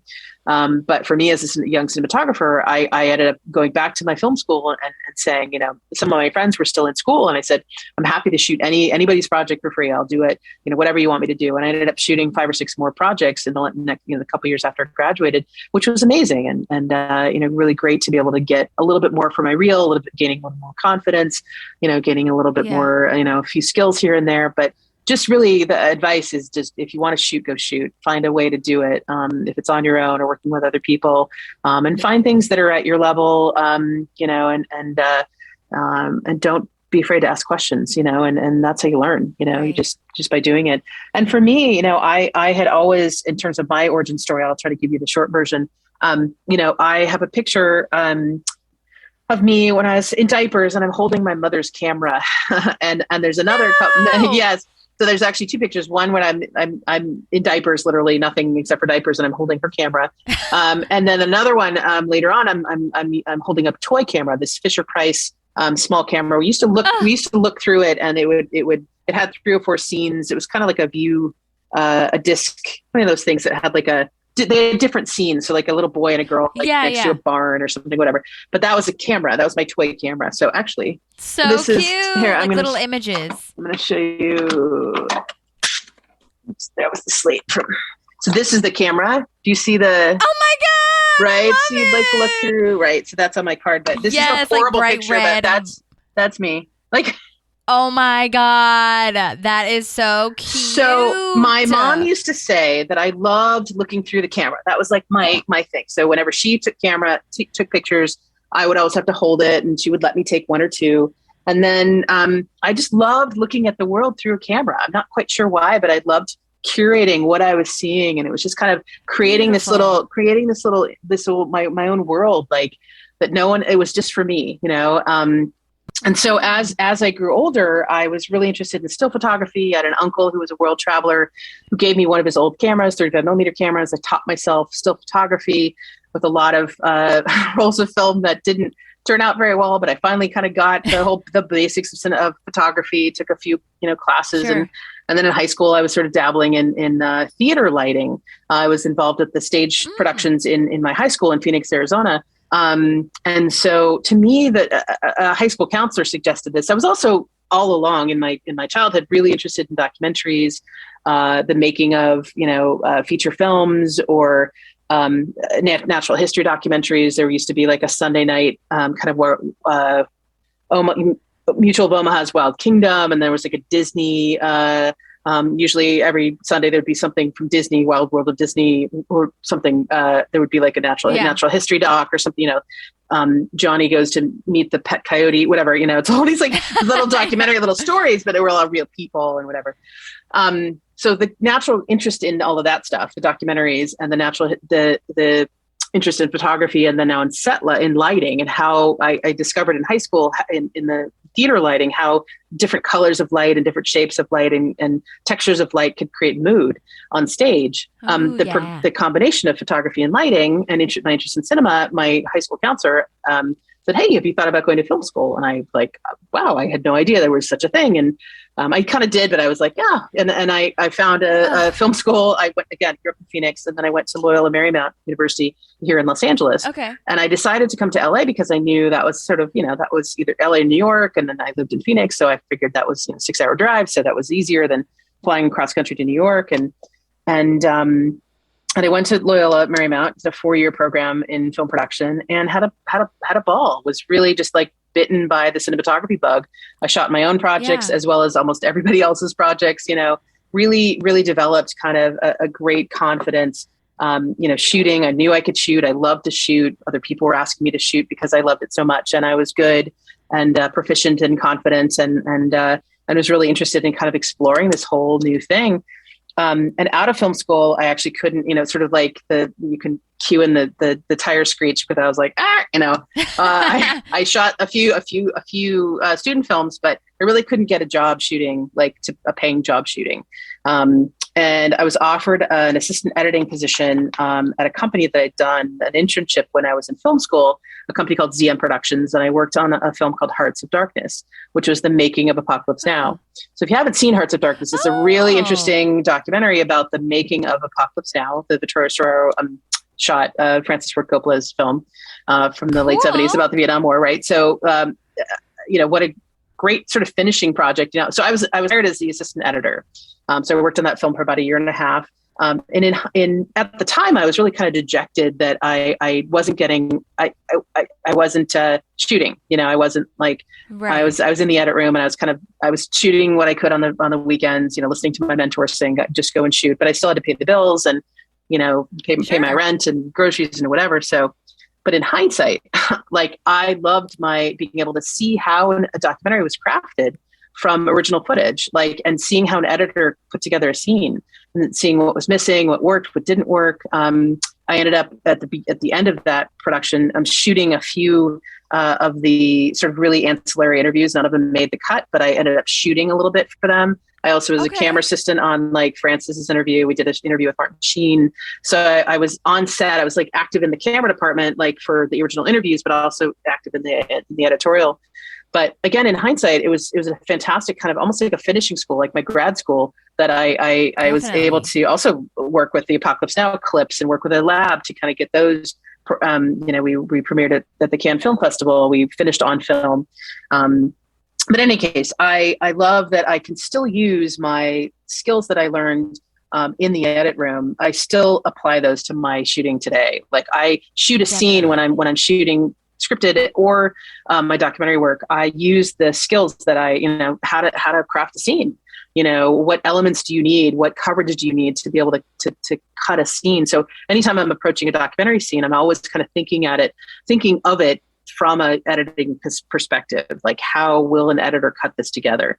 I need to make sure I have my cutaways. I need to make sure I have my wide shots. I need to make sure I have, but doing it all sort of this fluid way that it's going to bring back the emotion that I'm feeling when I'm shooting the scene, but also, how will the editor, how is he or she going to cut the scene together? So you can't just kind of hold on a 2-shot, and you could, if that's what the director wanted, or that's what you kind of feel. But most of the time, if a scene happens for an hour, that a scene's going to get cut down to 3 minutes, 2 or 3 minutes.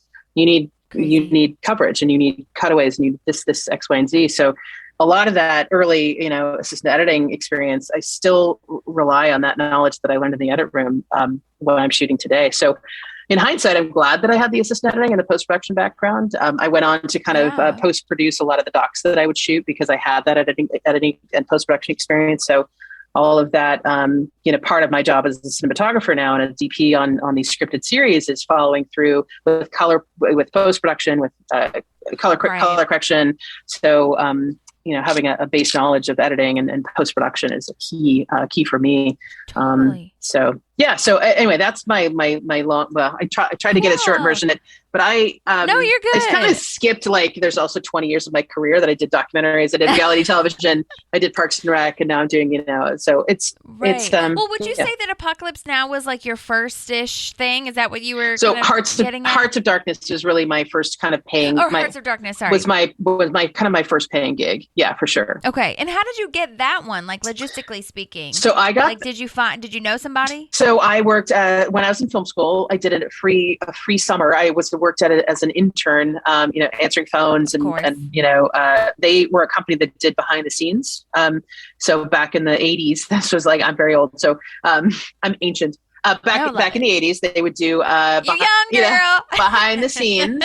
So they would shoot behind the scenes as a way to promote the movie, right? So actually, my very first behind the scenes, I went on to deliver videotapes to the behind the scenes crew that was shooting the making of The Burbs with Tom Hanks, like on the back lot of Universal, right? So I drove my car up. I actually made a wrong turn and went into. Have you been to Universal Studios in Hollywood? Yes, I have. So I made a wrong turn in my little Honda Civic. It was literally my first day at the internship, and summer between my junior and senior year in film school, and I was driving a case of videotapes up to the camera crew.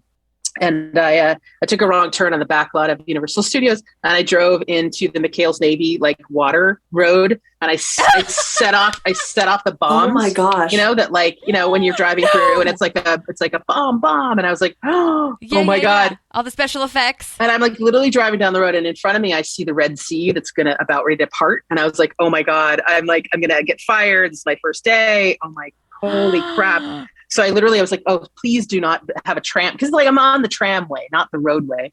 And because there's no signs in the back lot. There's no for private cars. You have the tram, whatever. So I looked, and thank God there was no tram behind me, because otherwise I was like, oh, what was I going to do? So I backed up quickly, and of course then reset the, I re-triggered the bomb thing. What I'm talking about, this little water, there's a bomb that hits. Yeah. Anyway. So I go. Yeah, no, there's a bunch on the tram tour or whatever. There's if you walk in or if you go in, there's water that flows down the railway. Yeah, and I'm scared about I don't want to trigger the Jaws shark. I don't want to trigger the flash flood. So I'm like, okay, I'm driving. I remember that. And I'm like, what a mess. So I drove around every corner. I'm almost get out of my car. I'm like, okay, I'm good here and here.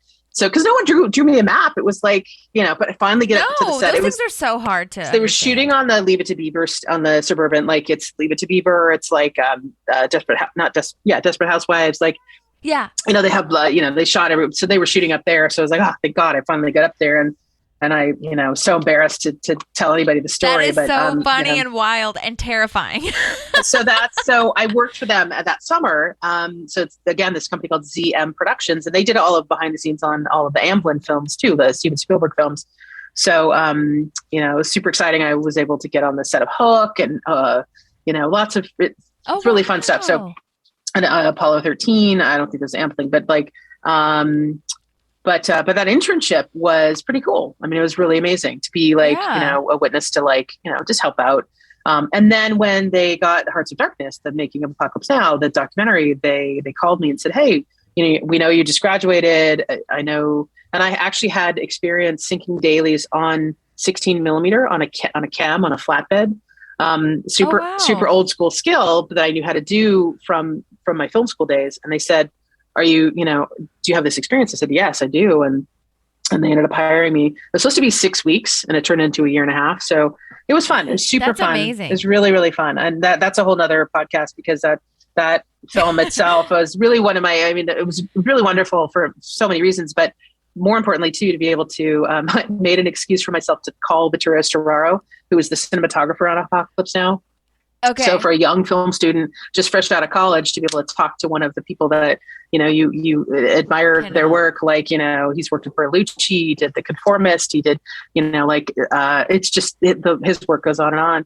But to talk to him about the work in Apocalypse Now, and there's certain scenes that we used in the film that didn't make the Apocalypse Now cut. So I had to call him, and I made an excuse to call him to like, well, what is this supposed to look like? Right. He needed to tell me what kind of color. Oh, I need your lunch order. No, just kidding. But he was in Italy. I had to call Italy. He's Italian, so I had to call him. Whatever.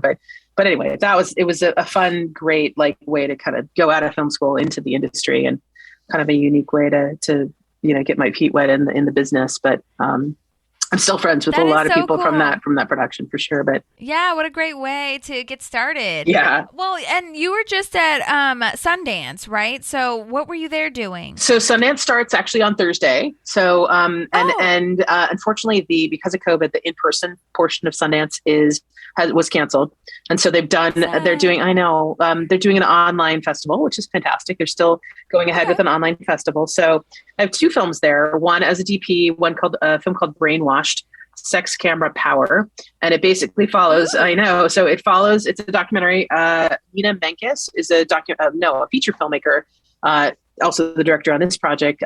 She had a talk that she gave at Cannes, the Cannes Film Festival a few years ago, about how in the history of cinema, women have been objectified in cinema for many, many years. And basically her arguments, her discussions are about shot design and shot selection, and how we are objectifying women. She uses about 175, 180 clips to show her point. It's basically kind of an Inconvenient Truth style documentary where there's a presentation on stage where she's presenting her talk that she's done. She did the talk at various festivals. She did it actually at Sundance in 2019. And so this is just sort of a filmed version of her talk. But the points she's bringing up are really interesting in that, I'm trying to think of some classic examples, but it starts to, once you hear her presentation and you start looking at films, you'll start to see them in a different way. And I think she's, it's a really interesting and very thought-provoking film. So that's one of them. It's called Brainwashed: Sex, Camera, Power. And then the second one, I had an additional cinematography credit. It's a film called Downfall: The Case Against Boeing. And it's basically an examination of the Boeing Max 800 plane crashes, and Boeing's responsibility and sort of irresponsibility for the crashes, and sort of what happened afterwards, and how sort of corporate responsibility, corporate accountability. So I shot several interviews, and this was during the height of COVID. We started shooting April or May in 2020. And it was one of the first productions. It was a Netflix project, and one of the first projects that they said we'll go ahead, but you have to have this was long before vaccines as well. So we did a lot of remote shooting with local crews, and we did some interviews against green screen, and then we shot plates later, and just trying to we made it work remotely. Make it all work. So but that's a really interesting project. It's directed by Rory Kennedy. Okay. So that's coming up. I'll definitely have to post those in the show notes so people can check it out. Those 2 are at Sundance. Then I just had Somebody Somewhere premiere on HBO last Sunday. It's on every Sunday for the next 6 weeks. It's 7 episodes total. And that's your DPing. I'm DPing, yes, that's DP awesome. and the camera operator. So I'm DP. I'm the nice. So I love operating on the things that I'm DPing.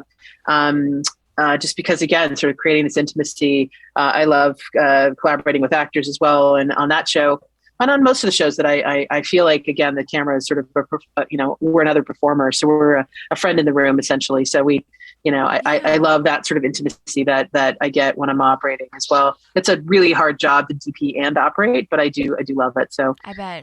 So Somebody Somewhere. Who's the lead in that one again? I saw Bridget Everett. Go ahead. Bridget Everett. Okay. Yeah. That's right. Okay. She's amazing. Because I saw the thing on HBO Max, they're doing a good job of promoting it. I saw the picture on there. So I will definitely make that on my watch list immediately. Yes. I highly recommend. I think it's a really amazing series, amazing casting. I also think it's about a woman who, it's sort of a universal story and about a woman who is kind of searching for her voice and her place in the world. And I think all of us kind of have a little bit of that, just sort of struggle with where we belong and who our friends are and what the hell are we doing with our lives, that kind of stuff. So, but Bridget is really, really talented, incredible performances. So, and then coming up to other projects too, there's another film called The Conductor, which is the documentary about one of the first and preeminent female conductors in the world named Marin Alsop. And she was at the Baltimore Symphony Orchestra for many years. She is sort of guest conducting now around the world, but we followed her to 4 different countries: Brazil. We were in Vienna, Austria. We were in London and here in the U.S. in several cities, shooting as she was sort of conducting and doing her thing. It's pretty amazing.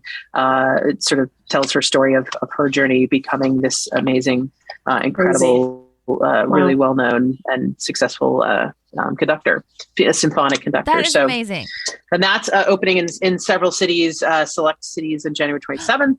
It comes to LA February 4th for a week. So pretty impressive and nice. I love that documentaries are actually out in theaters now too, and hopefully people will feel comfortable enough to go out to theaters. But and then lastly, sorry, I have like a string of like stuff. Please, I want to hear them all. So the last one is super cool, and it kind of brings us back to like the Parks and Rec vibe.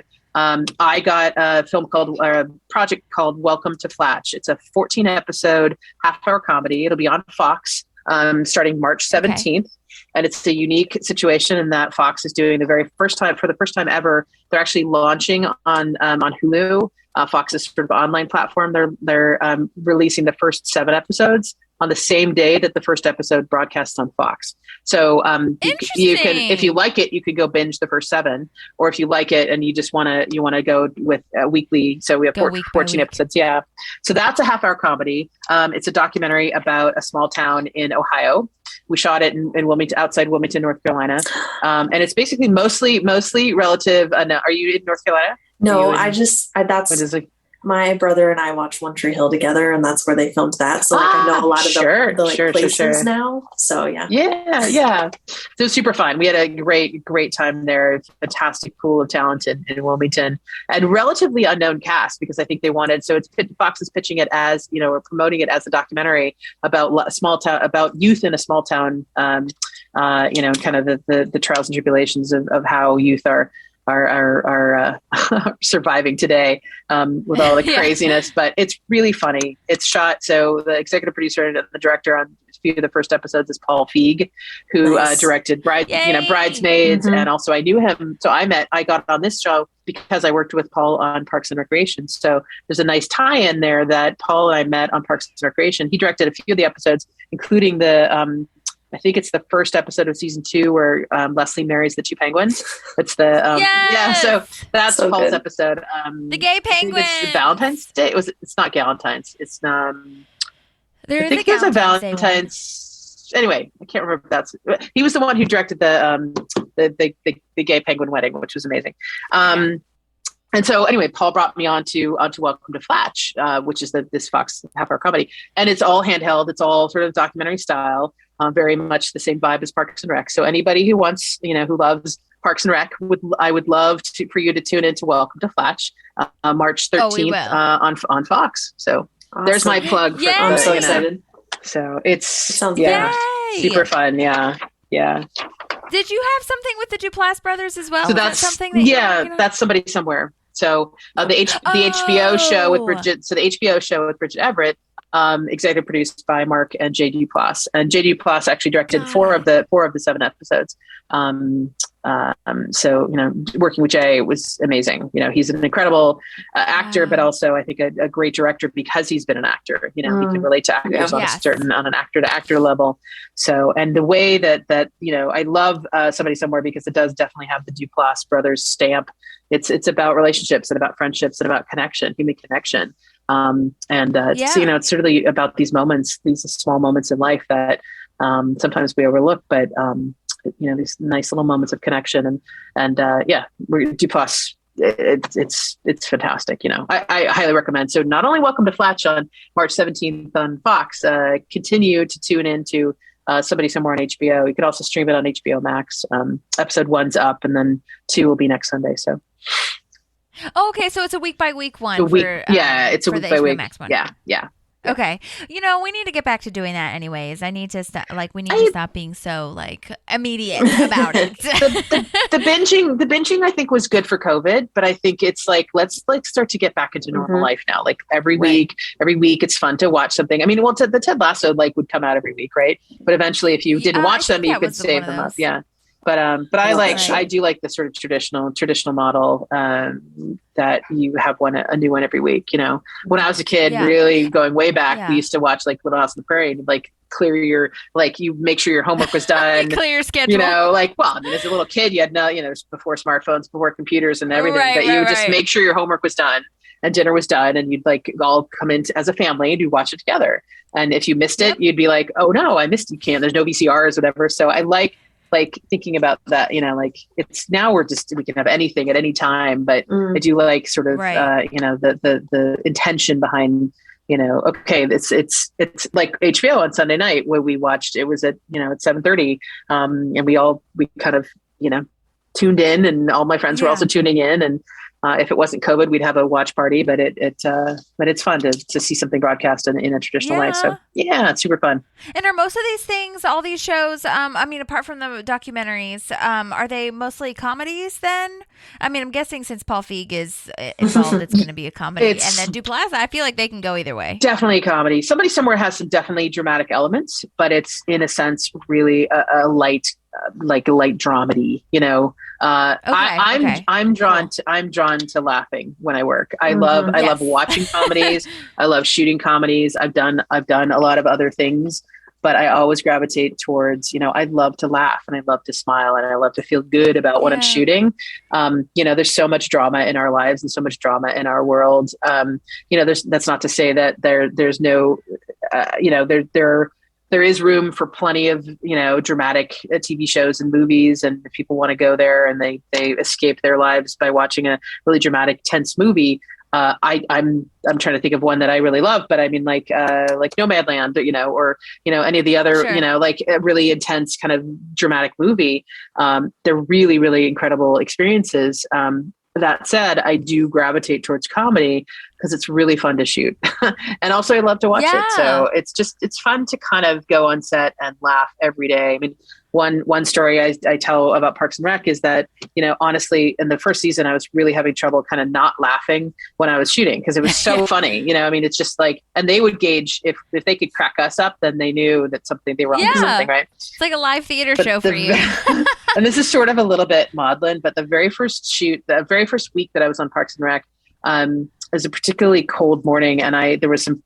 This is a weird tangent, but there were some feral kittens that I was helping trap, neuter, and release, and there was some stray cats in the neighborhood, and there was one that had a litter of kittens, and I thought that I'd gotten all the litters and handed them off to a rescue agency, but there was one kitten apparently that I didn't find because I found one that had passed away that was dead in my driveway. And I was like, oh God, this is horrible. But when I go to Parks and Rec, I was that day, I was like, oh my God, all I have to do to snap out of being like, oh my God, I'm going to laugh. I think about the dead kitten. So, oh my God.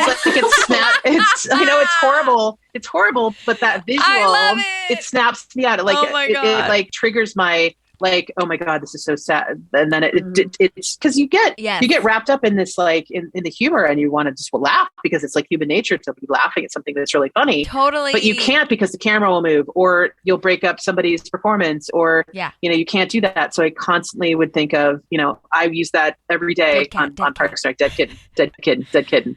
And I would say that to myself, and I would have the visual in my head, and that would snap me out of wanting to crack up, and it worked. So that's actually a joke on Scrubs where JD, the main character doctor, is trying to tell someone bad news, but he keeps laughing because of something he's thinking about, and so he thinks about his best friend dying, and then he's like, oh my God, what if he actually does die? Wait, and then he gets too far deep into it, and then he has to reel him back in, and then he starts laughing, and it's a whole thing, and it's just that's the hilarious. funniest joke ever, because I feel like we all do something similar to that when we need to bite our tongue for laughing or crying or whatever. That's hilarious.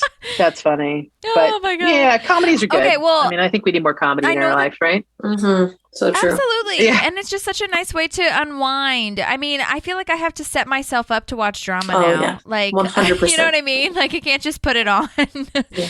to get in the right mindset for it. Yeah. But I think there's value in like any story that I mean, I think we learn about each other through the stories we tell and the stories we watch. And I mean, 100%. I think sharing our stories in whatever way you want to do it, dramatic, comedy, experimental, like music, art, whatever, it's all storytelling. And I think, for me, just, I love the comedy because I love working. I love laughing at work, and coming home with your face hurts because you're smiling so much, that's a good way to. It's a good thing. I love it. Blessing. It's fun. Yeah. Good. Well, I know this is a whole other podcast, and if it's too much of a big question, then I don't want to take up too much of your time, obviously. But I was wondering about, is the strike now over, or did that end well?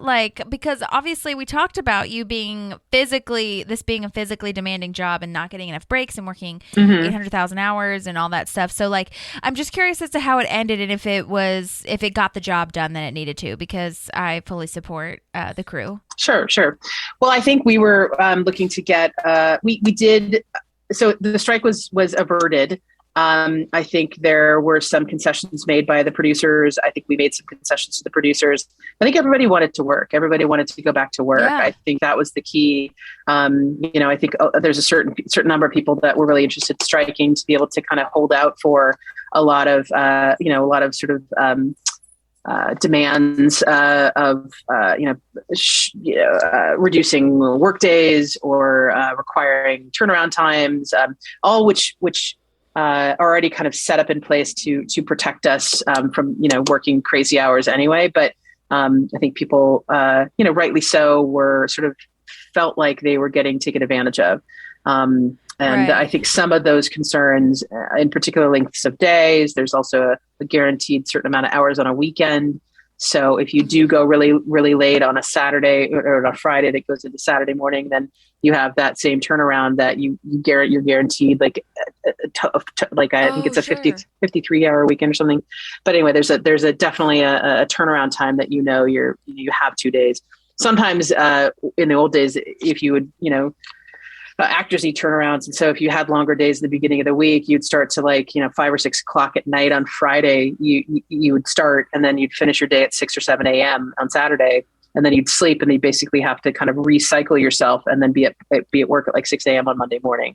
And so they're trying to they guaranteed us a certain, length of weekend. So that's a good thing. So there are several things, that are, that we made progress with. I think in the next go round, I think the contract is good for 3 years. So next time, I think we'll go even further with some of the things we want to address. But I think everybody was really, producers and labor, all the unions, camera, grips, lighting, everybody was they wanted to get back to work. So that said, I think it sort of, it made a statement to the producers, I think, that we were pretty serious because we voted for a strike authorization, meaning that I voted for that, certainly, that we were willing to go to strike if we weren't really given a few of the things that we were asking for.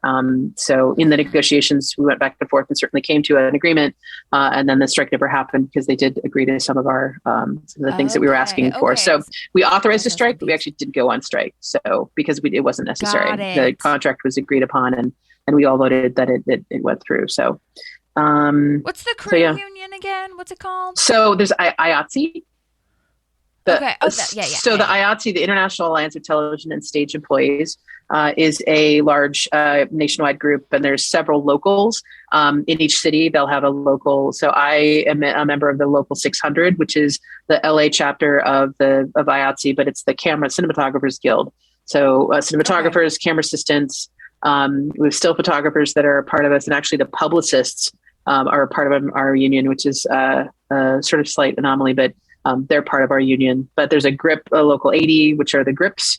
728 here in LA is the lighting. But there's hair and makeup have one, props have one. That's right. Yes, each of them have a different local. And so, and I think that's because everybody's job is slightly different, and every job requires different sort of regulations and different contracts. So, but overall, there's a large overarching contract the producers have with all of the locals. So all of IATSE locals. Got it. So, does that make sense? Well, I'm glad that worked out. Yeah, it totally makes sense. Well, it worked out. I mean, in the sense where, you got what you asked for in this one, and then we'll get to the next one, and that you didn't actually have to go to strike. Right. So we got most of what we asked for. I think the fact that they came as far as they did is unprecedented. And I think most people were wanting to move forward and sign and agree to this particular contract that they presented us and that we negotiated.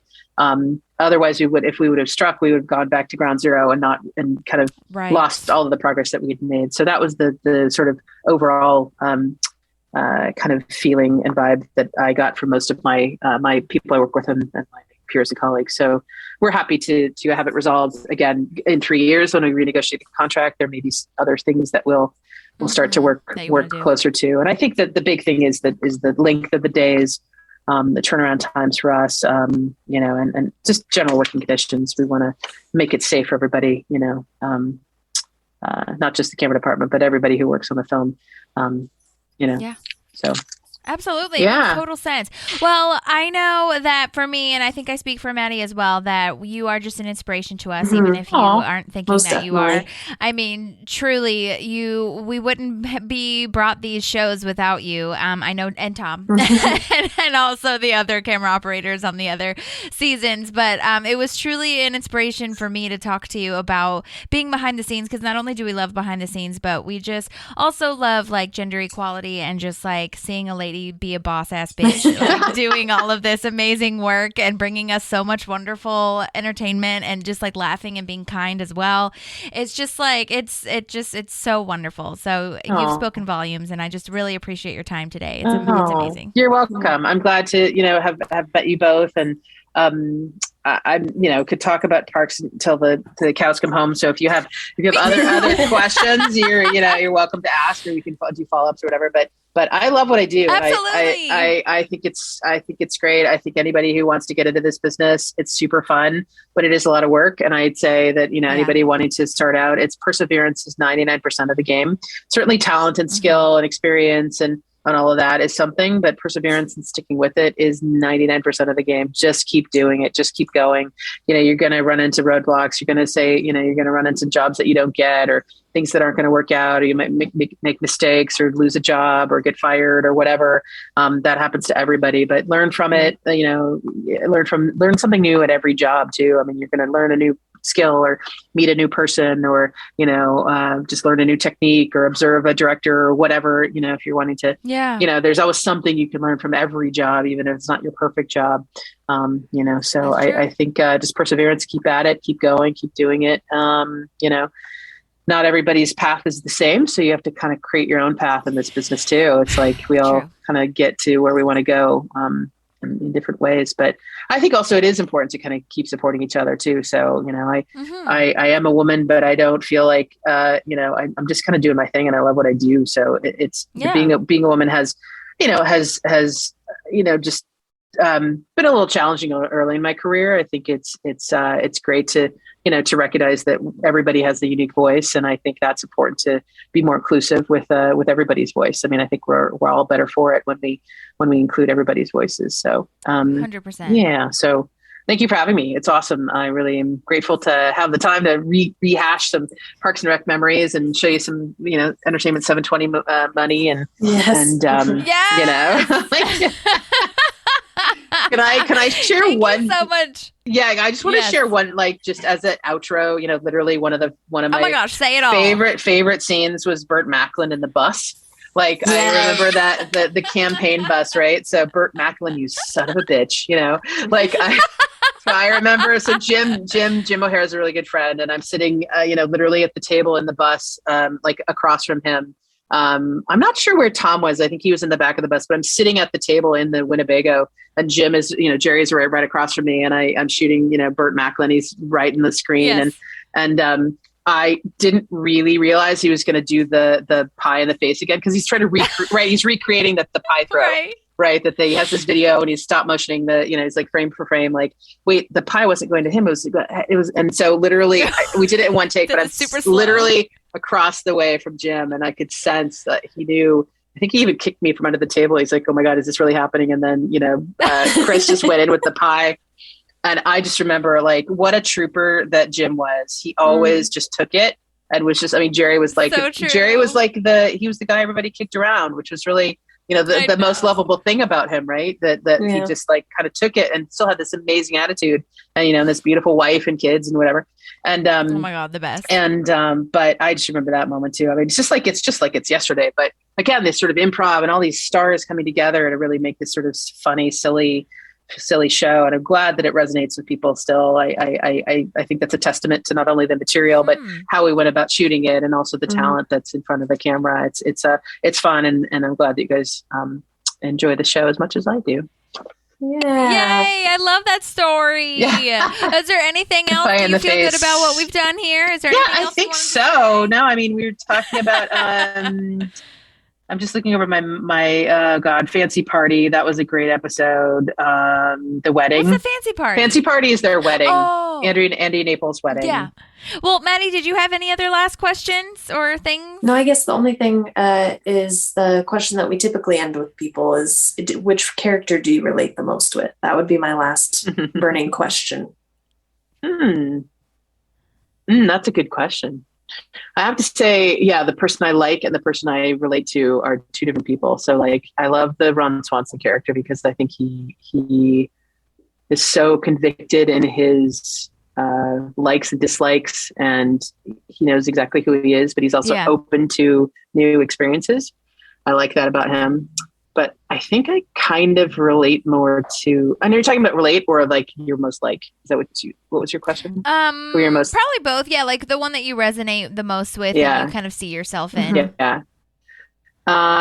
So Nick, I would say, or Ron Swanson, I think for those reasons. But I also think honestly, with Leslie, because I feel like there's a little bit of, I'm an eternal optimist.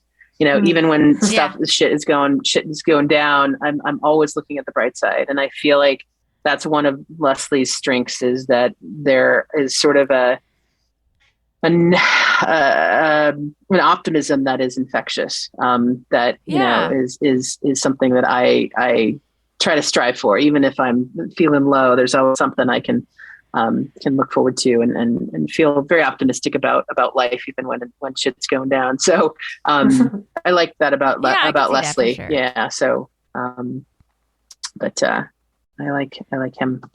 It's Ron and Leslie. Yeah. What about you guys? Which characters do you resonate? I'm definitely with? A Leslie. Yeah, for sure. And I'm Anne. Just like you said. Yeah, and Maddie's the Anne. But I feel like we find that we both have qualities of both of them, but I think I skew closer to Anne and she skews closer to Leslie. I would love to be Ron though. I wish I could like fix houses and play the saxophone. The crazy thing is that Nick does all that woodworking and that canoe that was in his he made the canoe that was on and all the recorders that were like, it's pretty amazing. He's a really, really talented guy. I cannot say enough good things about Nick, but everybody, honestly, it's like, let's go down the list. Like Amy's amazing, fantastic leader, really well prepared and really, really good person. Rashida, completely, prepared and really smart and knew not only her lines, but also everybody else's lines. Which is very impressive. So somebody was like, missing a line or something. She'd be like, I think you're actually, so she knew her lines instead of everybody else's. Who else? That's so cool. Nick I already gushed about Nick. Jim and Retta are just really amazing people. Retta has just taken off, Good Girls is just fantastic. Just to see her shine, it's just amazing. Cool. Aubrey and Chris. Aubrey does, such amazing, beautiful, diverse work in these indie features that she's been doing. She's really, really talented and completely, really, really a sweetheart. And really, I love her delivery and her sort of coyness. I know, me too. Chris, we've talked about, he just honestly a sweetheart. And, I tell you that story about like that he remembered my, my boyfriend's name and my niece's Yeah, name, that's and so like, you know, I amazing. mean, like he's a real people. He's a real person, you know. And Right. even Fame is, you know, is just he's just a real good guy. I think he remembers where he comes from, and you know, that he's done a lot of, what I mean by that is he's just very grounded, very grounded. Yeah. And then who else I'm missing? Rob and Adam, right? And Aziz. Geez. Yeah, So Aziz. Rob is a really super cool guy, and he, you know, lives in up north, and was driven, you know, every morning so he could, you know, he drove from Santa Barbara like to set every day, and would spend so much time. And I think he even before shooting, he would surf. And he would like go surfing every morning. Somewhere. Yeah, he would go surfing every morning. And he would come and he'd be just literally this, like the most chipper, like, and he's super fit, super nice, super sweet, super together.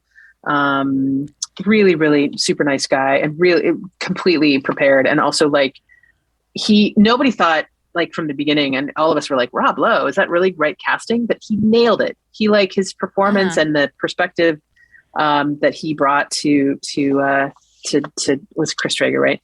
To his character was just like, I don't know, literally, you know, all that stuff is just, it's just all him. He just like kind of embraced the comedy thing. And I think it was really well cast. And Adam is cool. just literally a sweetheart. I mean, he is so talented. He's also very dry wit, very wonderfully personable. And Aziz is just Aziz. He's crazy and super funny, throwing out improvs and zingers. Really talented guy. I mean, the entire cast was like, is that all of them? 1, 2, 3, 4, 5, 6, 7, 8, 9, 10. Yeah. Like it. You know, at least from my seasons, those were the core 10. That's amazing. Yeah. I mean, just really, like I said before, they were all incredible stars that would bring all of what they brought, all of their, you know, quirks and foibles and all the stuff to their characters. And then those characters came together to create this fun little world that we all love.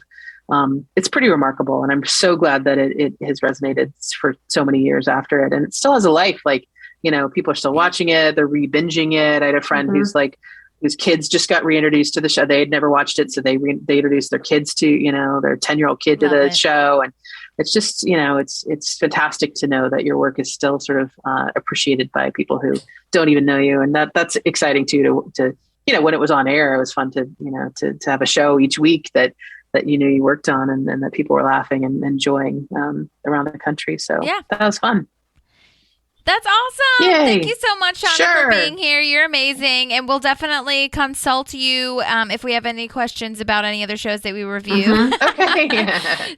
Thank you for being so available. And yes, we will post all of the amazing things that you are working on. We'll put them in the show notes and people will watch them. Okay. Can't wait to see all of them. You're super busy, so I'm excited about it. Yeah, thanks. Well, thank you so much. You have a wonderful night, and we'll talk to you soon, Shana. Bye, Holly. Or Tweep, should I say? Thanks, Holly, and Holly too, /Maddie.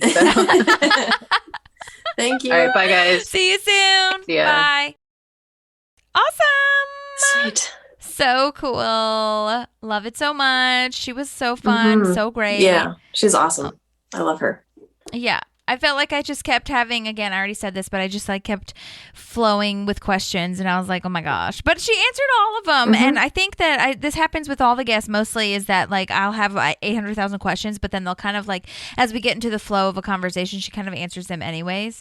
So, but yeah, that was amazing. And I'm so glad that she spent so much time with us. And it sounds like she has so much stuff that she's working on. So I'm excited for everybody to see all the stuff that she's working on. And I'll definitely be listening to / watching her HBO Max show. Yes. And I want to watch that conductor documentary. I know, that sounds fascinating. I love documentaries. Got a lot. Me too. So anyways, well, thanks you guys for tuning in. If you really liked this, or if you have any other further questions for Shana, let us know, and then we can, you know, ask her later or ask her when we get to that episode. I can't believe how many shows and episodes she's worked on. It's pretty incredible. Yeah, she's like been there for the whole gist, man. It's pretty cool. Yeah. Incredible. Well, thank you guys again, and we will see you next week. Thanks for listening, everyone. Bye. There's a park and some pals, and there's also therapy too.